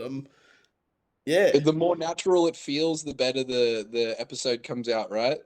exactly right. And I'm sort of at the point, and I've got to be very careful how I say this, and not in a bad way, but I'm almost at the point now. If the band and the interviewer are having a good time, the views, everything like that will just come, and it doesn't Yeah. really bother me anymore. Which Mm. sounds really weird saying that, but I'm having fun. The bands are enjoying it. Isn't that more Mhm. important than anything? That would be, I mean, yeah, like that's the main thing. Because then if you know if the people are enjoying it, then you know the audience is going to find their way to enjoying it as well. Like if you're more than happy to crack a few jokes, and like those jokes instantly gain you another 5 minutes worth of watch time. So like go for it, go for gold. Throw in as many shitty jokes as you want, as long as people are laughing and enjoying it. Oh, where's my dad jokes book? I don't have one. Bust out the book. Let's have a listen. Or I could start singing, but I think the views would go. Uh, I'll scream along with you, so it stays on track. I did say at work a few times. If people, because New Year's Eve we have a big gathering there, people come in. I said, if you want me to get people to leave the building, give me the microphone. And let me have a crack. Let me do some growls. Hit it, hit him with a sound, and then just watch them all leave. But no, I think it wouldn't last very long. I'd be like, grab the microphone, they're gone. Yeah, you don't have to say anything. You just grab the mic, and they're all they're all gone. Oh shit. But no, I think the first few sort of months when I started this up, it was sort of like the trying to get my head around how to use WebEx because before this I'd never actually hosted a meeting, let alone Mm. do an interview over WebEx. I could imagine how like that'd be such a weird change. And funnily enough, the first test interview I did that didn't go to air but was a lot of fun. Funnily enough, we've mentioned this band about 3 or 4 times. Uh, the first test interview was actually Jake from Total Buzzkill. Ah, oh, okay, that's cool. Because, like, I'd spoken to Hey, Harley for a test interview, that's not bad. and I just said, hey, Jake, would you mind just let's do a test, see if it all works? And he's like, yeah, yeah, send me the link and all that. And I love those guys as much as any other Mm. band already. But Jake jumped on, and it was only about 5 or 10 minutes. But I hadn't actually spoken to Jake over WebEx or in a podcast because I've only spoken to Will and Harley in an interview. And I'm just Mm. like, well, I could say, do they want to do it? But Jake was free. I'm like, why Oh, not? you gotta get a little bit of variety. Variety is the spice of life. Mm. And yeah, and then I just said, all right, I've did a couple more just where I did them myself. I'm just like, all right, enough of this. I am actually going to start doing it. Yeah. And then about 6 weeks later, the YouTube episode began. Yeah, wow. So what? So how long is it for you now? How long has that All been? coming up to 11 months. So next month will be a year. How exciting! Let's go. And I was thinking maybe of doing an anniversary, but the only issue with the anniversary is the episode that so my first episode was the 27th of November, which is a Thursday this year. And I was Yeah. just like, maybe I'll do one the Wednesday or the Tuesday and then Mm. maybe upload it on the actual 1 year anniversary as a. But yeah, I haven't actually Yeah. decided what I'm gonna do yet. Or I reckon, maybe I reckon a fun idea could be like getting, like your top 10 artists coming through. You do like a quick 10-minute recap on the year and then move on to the next band and then do the next band, the next band. that could be. Could be something fun. Yeah, I felt like I need to do something with it because I've got one on the Sunday before the 23rd with civilians from Melbourne. And I'm Mm. thinking I can't go 4 days from an interview and then uploading it. I feel like Yeah. 4 days people might be like, well, hang on a minute, how much of this is relevant anymore? Yeah. But I feel like, yeah, I just want to do something and I don't know what it is yet. But watch this space. There might be something being uploaded onto YouTube on the 27th of November. I don't know what yet, but it'll be something. Everyone's just gonna have to tune into Sam's alternatives because it's all happening. It's all happening.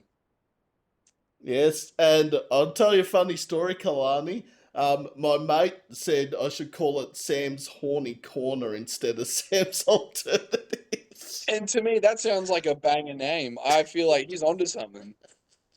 Like, I don't know how that would get through YouTube very well with these restrictions now. Uh, they'll always find a way to not pay you your money. Gee, that sounded like a very similar platform that I can think of that should remain nameless. Yeah, Spotify. yeah. The platform that shall not be named. And Sam just named it. I'm in shit Yeah. after this gets uploaded. Uh, uh, Spotify's never gonna let me back on. well, Kalani, I've only really got two more questions because I felt like we just chatted about so much stuff in this time. And Yeah. then I'll get the question from Kalani that he wants to ask me before we end this interview. So I'm intrigued there as well. Which I mean, fire away, right? Let's speed through them so we can get to the fun Sam question. Okay.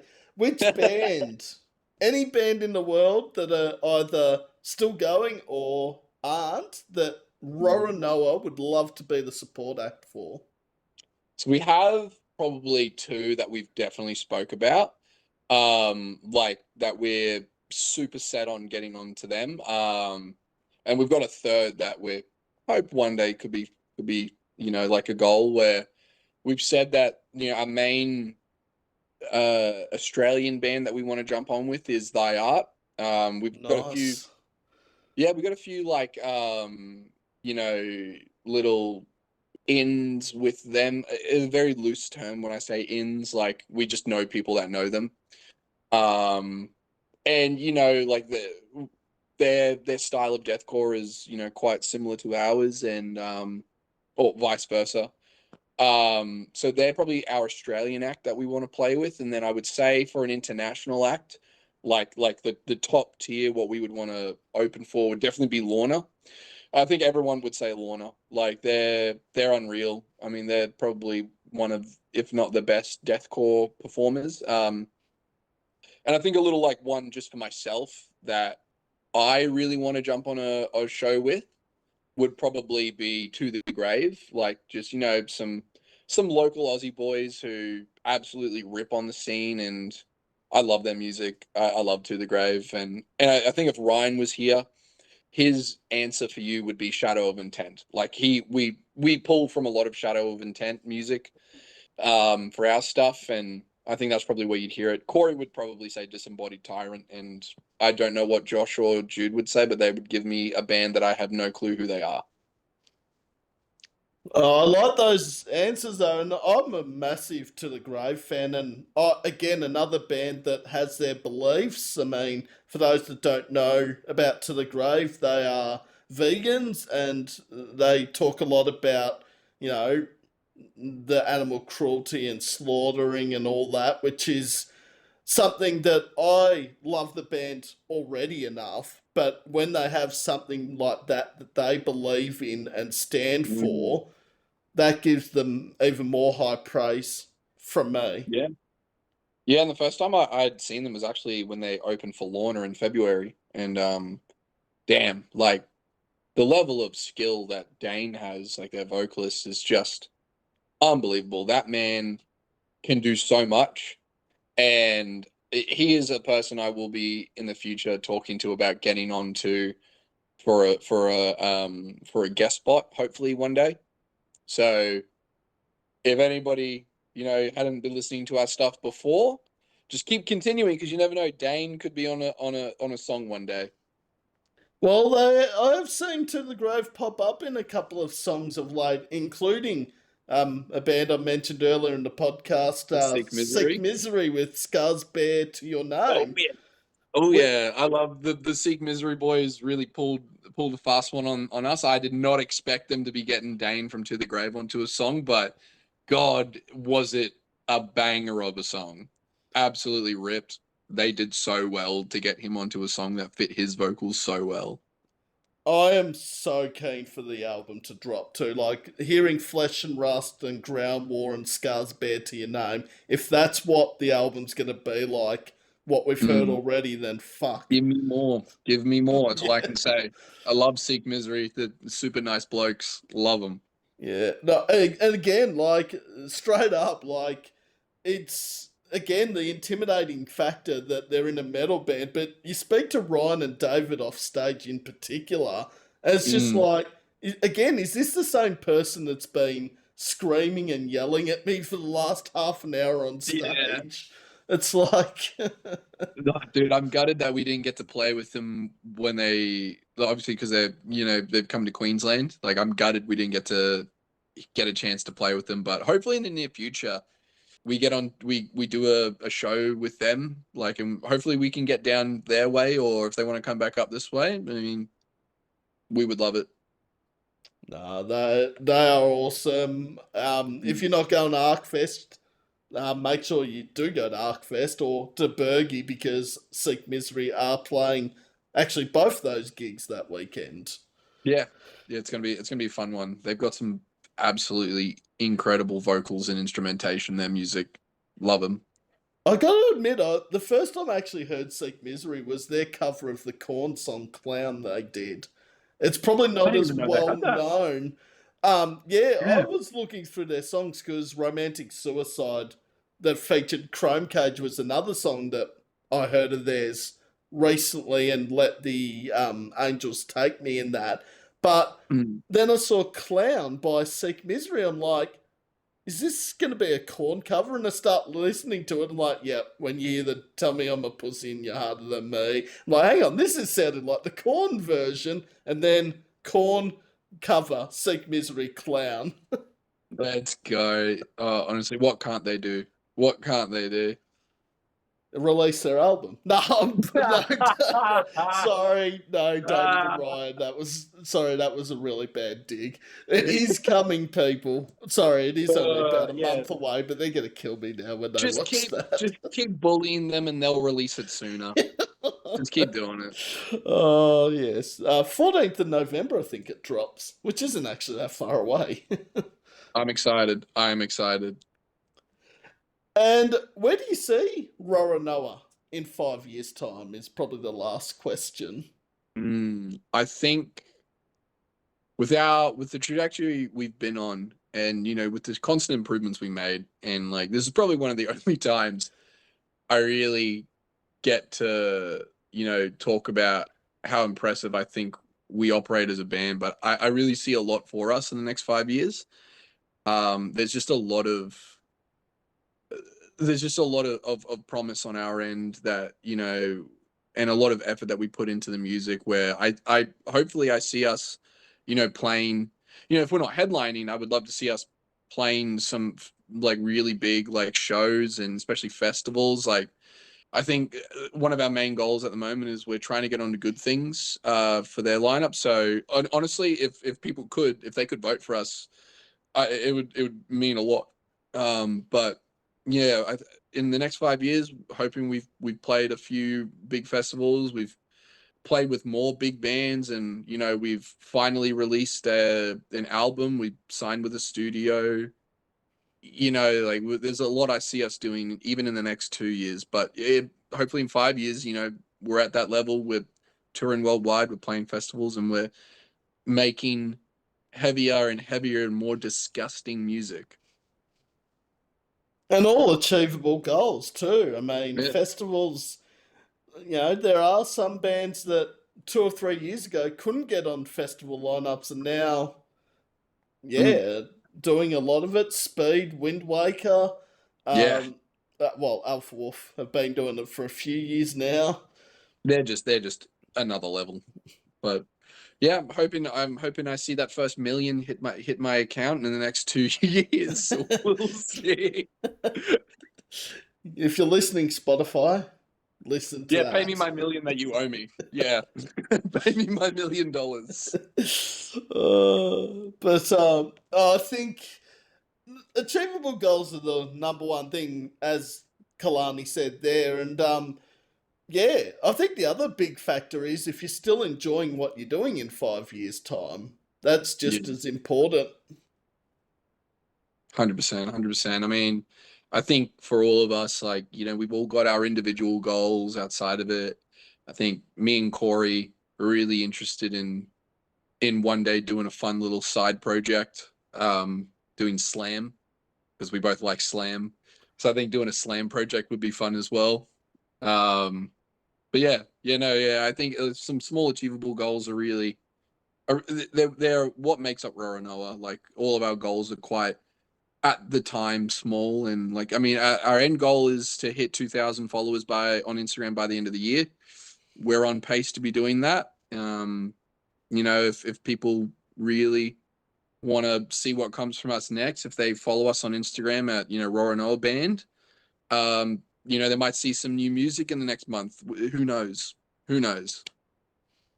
Social media is a big outlet too for bands, and I'm not saying it's the end all be all for if you're not across social media, but like that's where people find out about gigs you're playing. That's how they find out about your music, and yeah, just the marketing side of it can be tough as a band. God, yeah, and I've got to give it up to Ryan for how he does our marketing. It's successful. It's the reason why we're at the stage we're at. Even if like we still class ourselves as a small band. I think we market ourselves as bigger than we are, and it really helps us. Like it gets us the clicks, it gets us the views, it gets us the listens. It just does a lot for us. Ups to Ryan then. Big ups to Ryan. Big ups to Ryan. Hopefully that softens my beating. We'll see. We'll All see. right. Let's see if we can soften the beating even more by putting some nice things into the nice things about Ryan. So Yeah, can everyone comment how much you love Ryan so that he doesn't get mad at me? or doesn't get mad at me after watching this, Yeah, probably. yeah, soften the beating for Sam, please. Uh, Sam's ratted out a few people, have Yeah. but Sam's due for a few beatings, so if you could all leave him some very positive comments, that'll really help him. I can see it now at Bergie tomorrow night. It's watch this video of Sam Hornet and then throw fruit at him or something. Yeah. Oh God. I hope for your safety. I pray for your safety, Sam. Look, I've got to be honest, Kalani, and there's a lot of stuff I've said on this YouTube podcast that I'm surprised hasn't been banned or copped some criticism. So I think nothing that's been said today will get me Yeah. into trouble. I'm hoping, Uh, touch wood. yeah. I'll knock on wood for you. There you go. I don't have any wood. Oh, I do, but it's too far away to knock. Need Inspector Gadget arms. Don't have long enough arms to reach the table over there. So, Yeah. well, Just we'll imagine you've touched wood. yeah.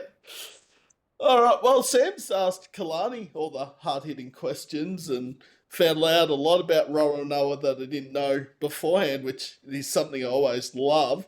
Now the tables are turned. Mm. All right, Sam. I've been thinking of it while we've been chatting. Obviously, you've mentioned so many different bands here, and you've probably been asked the question before. But have like out of all the bands you've interviewed, I want to hear top three, and then the most interesting thing they've said out of for those top three bands. I like it. It's been asked before, but not in this sense, Kalani. Like the top three, yes, but the interesting thing they said was the part that hasn't been asked before, which I like. So it's a We gotta we twist. gotta we gotta double up on the question. Now I've got to find three and only three is the Yeah. next question. I've got to throw in the Buzzkill guys again because this Awesome. has to be one of the funniest stories they had told me of how they actually got their vocalist Harley, and I hope they don't mind me telling them this. But the story behind it was Will kept going into the bottle shop that Harley was working at, or vice versa, and they kept bugging each other. So Will would bug Harley to join Total Buzzkill to be the vocalist. So he'd turn up at the bottle shop every week to get drinks and that. He's like, come on, join the band, join the band. And Harley's just like, I give up, I'll join the band. I think at that point you kind of just have to surrender yourself to the fact that you are now part of the band, unfortunately. And But I I've mean, what a great addition he's been. Oh, totally. He's been an amazing addition to the band because if it was Jake Harley and Jake Will and Lindsay? Lindsay, yeah. I'd had a blank then. Jake, Will, and Lindsay, it would have just been Total Buzzkill brothers. Harley's the Yeah, only one that's not the brother in the band. So, yeah. but We turned it that, from a family band into an everyman's yeah. band. But total love to those guys there.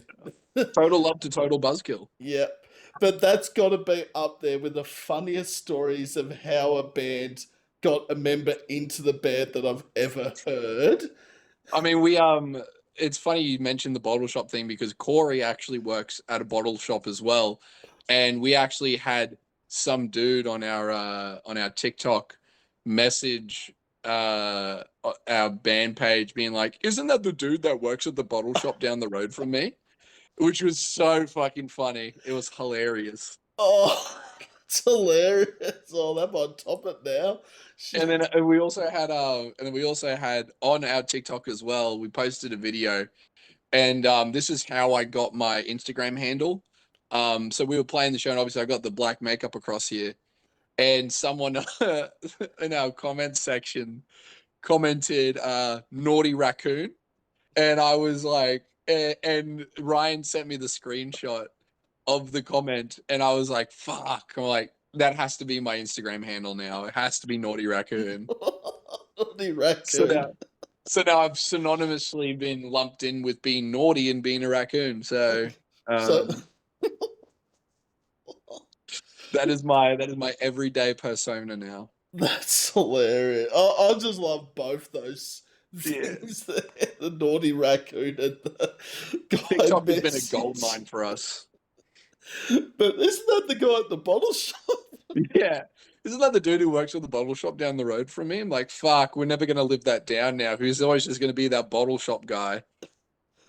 All right, coming in at number two, I didn't think anything could top Total Buzzkills, but this does. This is a band out of Sydney called Cultus. Now, the funny story about this is it has nothing to do with how a member of a band joined or anything. Mm, Liam said that he works at a supermarket in Gosford somewhere, and mm. he got a complaint from one of the neighbours that the truck reversing into the driveway was being too loud. Uh, Isn't that oh, What? Wait, the neighbors of the supermarket? No, neighbours Oh, that must be next door to the supermarket or close by have yeah. complained because the delivery truck was backing into like the loading bay area and the noise was too loud. I'm like, oh, come It's on. a well, you live near a shopping center, mate. You gotta it only knows how to make that noise. What an idiot. What's it supposed to do? Just put itself Yeah. on mute. I'll just mute Sorry. my Let me let indicators. me let me put the fucking silencer on my truck real quick.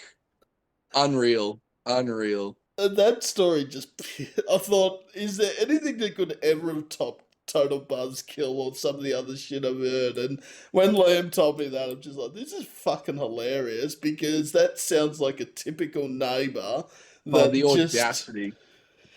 And again, gotta be careful here, but it's the same as the people that move next door to a live music venue and then whinge. Yeah. And it's like, the venue was probably there well before you were. Oh, 100%. A lot of these venues are like decades old. So like at that point, like you sign yourself up for this bullshit. Like you have to deal with it. It's just. Unbelievable. Now number one. I don't know. That's a tough one to follow. Actually. Actually, it's probably going to be Red Hook and another weird question they got Oh yeah. asked during an interview. So I interviewed Alex and Ned from Red Hook a couple of years ago, and Hmm. um, Ned was saying the weirdest question he got asked during an interview is, "Why does he have long hair?" Who cares? These are such weird questions. These are such weird questions to hear. Like for a band, like like you could have come up with anything else, and you were like, why'd your hair long? Like who gives a shit? So every time I say Ned now, I'm just like, Ned, Why'd why your is hair your long? hair so long? God, fix it. It's too long. Oh, but shit, yeah, those Unbelievable. three. I just love the supermarket one. That just. Well, let's hope that my stories have now made it into the top 10. Oh, I think Naughty Um, Raccoon might the- get into the top five there. let's go, let's go, and then bottle shop will be in the top 10. We'll put that in the top 10.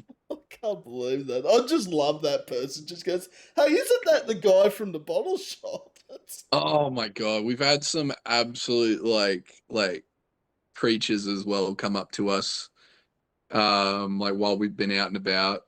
It's been really funny. I think probably one of my favorite interactions uh was from what was it again? It was in the valley. We had just started getting a bunch of followers from releasing music and that, and I was like at the front of a venue with a friend from another band, Kyle from the local romance. And we're standing out the front, like, and we're just having a chat, and this chick just sprints by us, tries to get into the venue. Venue's like, it's 11 o'clock, sorry, we're about to shut down. You're gonna have to go somewhere else. She comes back out. We're having a chat, and then Kyle sneakily just like goes, he like makes a funny little like anecdote, and he goes, oh yeah, he's like, too bad Roronoah's not playing in there. And then the chick who's at the front is just going, yeah, it does suck that they're not playing here. Yeah, I really wish they were here. And I'm standing right there, and I'm like, yeah, crazy, right? It's crazy they didn't get on to play here. And then she's like continuing the conversation as if she doesn't know who I am. And I was like, you're talking about like the band I'm in. And anyway, like she keeps going and going, and then like me and Kyle are looking at each other, and we're like, yeah, it's me.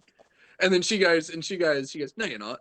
I'm like, yeah, I am. Yeah, it's me. And then she's like, oh shit. She's like, I didn't recognize you without your makeup on. And then and then she's like, oh, did this and this for your band, for one of the things you did. And I'm like, oh, shit, cool. But it was really weird, like, because I was chatting to someone about my band, and she had no clue who I was. And I was like, this is really humbling. This is a really humbling experience for me. Oh shit, Like that's. without the makeup, nobody knows who I am, which kind of gives me a little bit of anonymity, but It means it'll still humble me when people don't know who I am. Still, It's good. people.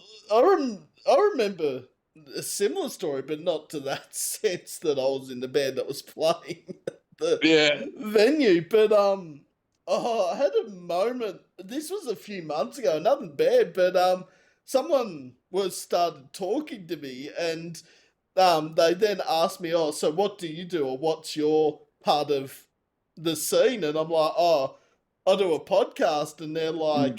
And then I saw a member of another band that I knew, and they're like, "Oh, hey, Sam." And then the person's like, "Wait, you're Sam Horner?" I'm just You like, get recognized for it now. Let's go. and I'm like, "Oh, because I think to some sense they knew who I was, but I didn't think they wanted to say, 'Oh, you're Sam Horner.'" Yeah, But yeah, yeah. it's just like someone God. else comes up, and then it's like, "Oh shit, it's Sam." That's awesome though. That's cool that you're getting like recognized for like what you're doing. That's good. I mean, it shows it's doing the job it's meant to be doing. And I love Do you it. have like a do you have a separate Instagram for it, or is it like all a Facebook thing? Generally Facebook. I don't actually. I do have an Instagram, but I haven't used it in. We gotta get you posting on that Instagram, Sam. We gotta I. we gotta spread the word more. All right, I'm gonna have to open up my Instagram account again. I think for anyone who's listening, you need to bully Sam into getting Instagram. While the bully train is going, we're bullying Seek Misery. Now we're gonna bully Sam. Seek Misery, release your fucking album earlier. Sam, get on Instagram. Hey, oh no, they wouldn't. If they released it early, they might get into trouble. I was gonna say if I get an Instagram, they've got to release the album early, but no, they want You to know see what? Let's do it anyway. Let's see how far we can go with it. Let's see how far we can get it. But no, I do. That is one thing I have thought about. Maybe like Facebook's great. Don't get me Mm, wrong, but to have as many platforms like Instagram as well, obviously, hmm would help. And yeah, promote this podcast and helps promote Aussie music as well because there is a lot I, of it out there. I think we need to turn you into the next Nardwar. I think that's you're gonna have to become metal Nardwar, Sam. Okay, I'll need some tattoos then. 'Cause We're gonna need some tattoos. We're gonna need to get you like a fancy little golf hat as well. You show up with gifts for us. I won't say no to a gift. I mean, all right. No, oh no, we'll think about it. hospitality's pretty. They're all right with tattoos. There's a lot of people that work there that Oh have them. yeah, I mean, I So I work for a suiting company and I have visible tattoos and it doesn't affect my job, so no, you'll be yeah. fine. Oh, and also because the shirt covers the arms, Yeah, and I'm wearing yeah. pants, they won't see them obviously, Just put it right on your chest. or on my neck, but then they'd see it. Yeah, that'll get a little bit more seen. I Yeah, have heard the Adam's apple is one of the worst spots to get a tattoo. yeah, it kind of sucked a little bit around here, but I'm waiting to fill out the entire throat. That's when I'll get back to you about how bad the pain was. I think, yeah. All right, tattoos. So maybe not next week or a couple of Maybe months. that's the 100th episode. Maybe that's or the 1 year anniversary. Sam gets a tattoo. Well, the 100 episodes is a little further away, which is a bit more manageable. We'll put it as a 100th episode then. That'll be 100th episode. So 100th episode will be next year sometime. You've got plenty of time to pick an artist and pick a tattoo. And find $500, but that's It's like $500. Oh shit! Nice. oh. You know the only thing I don't like about this interview, and I've said about every other single interview, is the wrapping up of it. Because now Because we've got to say goodbye. nah, it's like, oh, now we have to say goodbye. It's like, can we just keep talking and talking? I don't think people want to hear me for 3 hours on end, I, but I definitely don't think people want to listen to me for 3 hours either. well, you've got more interesting stuff to talk about, Kalani. I mean, you're in a band, and also people would I've got expect a you to funny. talk. I've got a few funny little anecdotes. Maybe that's my thing one day. Maybe I do a podcast as well. We'll see. Well, if you need any tips, I'm more than happy to share them. You'll be Actually, the first person I reach out to. before we go, anyone that does want tips on how to start WebEx podcasts or YouTube channel or anything like that, I'm more than happy to give you some tips. It's not as hard as you think. Just need a laptop, a camera, and WebEx, And a funny pretty guest. much. Yeah, and Funny plenty guest, of yeah. guests. And know your music. Always do your research. That's another Oh, tip. please. Please. Because if you don't do your research and a band asks you a question on the spot and haven't done it, you're up shit creek. But Kalani from Roronoah, as all the guests have been awesome. This is no exception. I've had a great time. Tom has just disappeared before our eyes. Be good times. Before we go, people can check out Roronoah on all the social medias. You can catch us on Facebook, Instagram, TikTok, Spotify. We're on Apple Music. I think we're on a couple other streaming services as well. Yeah, if you're keen on hearing us in person, we've got another show coming up in November. If you're from the Sunshine Coast, Brisbane, Gold Coast region, we're playing up the Sunny Coast, and if you want to catch us there, throw a few hands in the pit. It's going to be good fun. We'll see you at Scasm Fest. I think it's called, if I'm saying it right, Scasm Fest. I think I've seen some posts about Scasm Fest. You would have seen a few, yeah. Product and Neglect is putting it on, and we've decided to jump on and have a good time. Sunshine Coast is always interesting, so we're going to see how that goes. Good blokes too, the Product and Neglect guys as well. 100%, 100%. And make sure you check out Roronoah before this episode goes up and afterwards as well, obviously. Of course. Keep listening. It's good fun. We have great fun with very intense music. And also keep an eye out for Roronoah in the best songs of the 2020 so far countdown. I have dropped a predicted list, and Advice Like No Other was in it. Now, actually, before we end, I might clear that up because some people are thinking it's just those songs that have made it. No. So that's just a certain part of the countdown, the last 250. There's still 2,000 more songs, so don't worry. There's still room for Tyrant Theory. There's still room for it. My favorite. Let's get it in there. Sam's gonna shut his trap right now. Roronoah are in there. They are one of the highest bands making their countdown debut, actually. Let's go. Also, that predicted list, the songs that are in there are all in there, but they might not be in the spots they are predicted at. So you never know.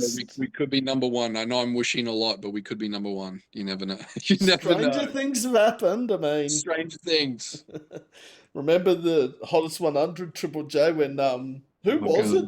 Oh, the Whitlams beat out Blur and Radiohead in '97. I was like, how is the Whitlams better than Radiohead? And like, not that I'm a huge Radiohead fan, but at that time, Paranoid Android was fucking huge.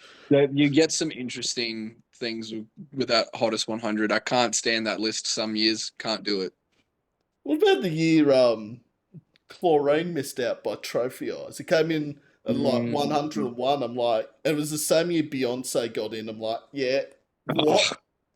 God, hate when they put it should only be for Australian artists and decent music. Sorry, Beyonce. Yeah. Don't worry, I'm there with you, Sam. Don't worry. That's another topic for another day, Kalani. If we started on Hottest 100. We're going to do a whole separate episode about my views on Hottest 100. Metal never takes it out. Never. Tool came in at 2 once, and that's about the best that's happened. The closest we'll ever see. Chop Suey 2001 was number 3. Okay, so a couple. Let's go. It deserves to be number 1, though. Yeah. Should have been higher. Should have been higher. Number 3 is not good enough. Well, watch this space. Who knows where Roronoah are in the countdown? Maybe they are number 1. I do not know. You will find out. Mm. Starts in 2 months to the day, actually, 13th of Let's go. December. So, My eyes are peeled. My eyes are peeled. Well, Kalani from Roronoah, this has been an absolute ball. I've had a great time. Hope you have as well. Oh, it's been a pleasure. It's been very fun. Good laughs all around. Yep. And quality entertainment, taking the piss out of people. Ryan, please do not throw things at me. Kalani was the one that. Oh god. But no, I'd have Kalani and Roronoah on any time in the future. Fantastic. Awesome. Hopefully very soon then, Sam. Definitely. I'll send you the link tomorrow. Watch back. See how many times Sam stuffs up. 20, I think. See how many times Kalani says fuck. Probably 50. But then there's got to be 2 more fucks that's fucked up, right? I'm sorry. Limp Biscuit. Yeah, there it is. There it is. Love it.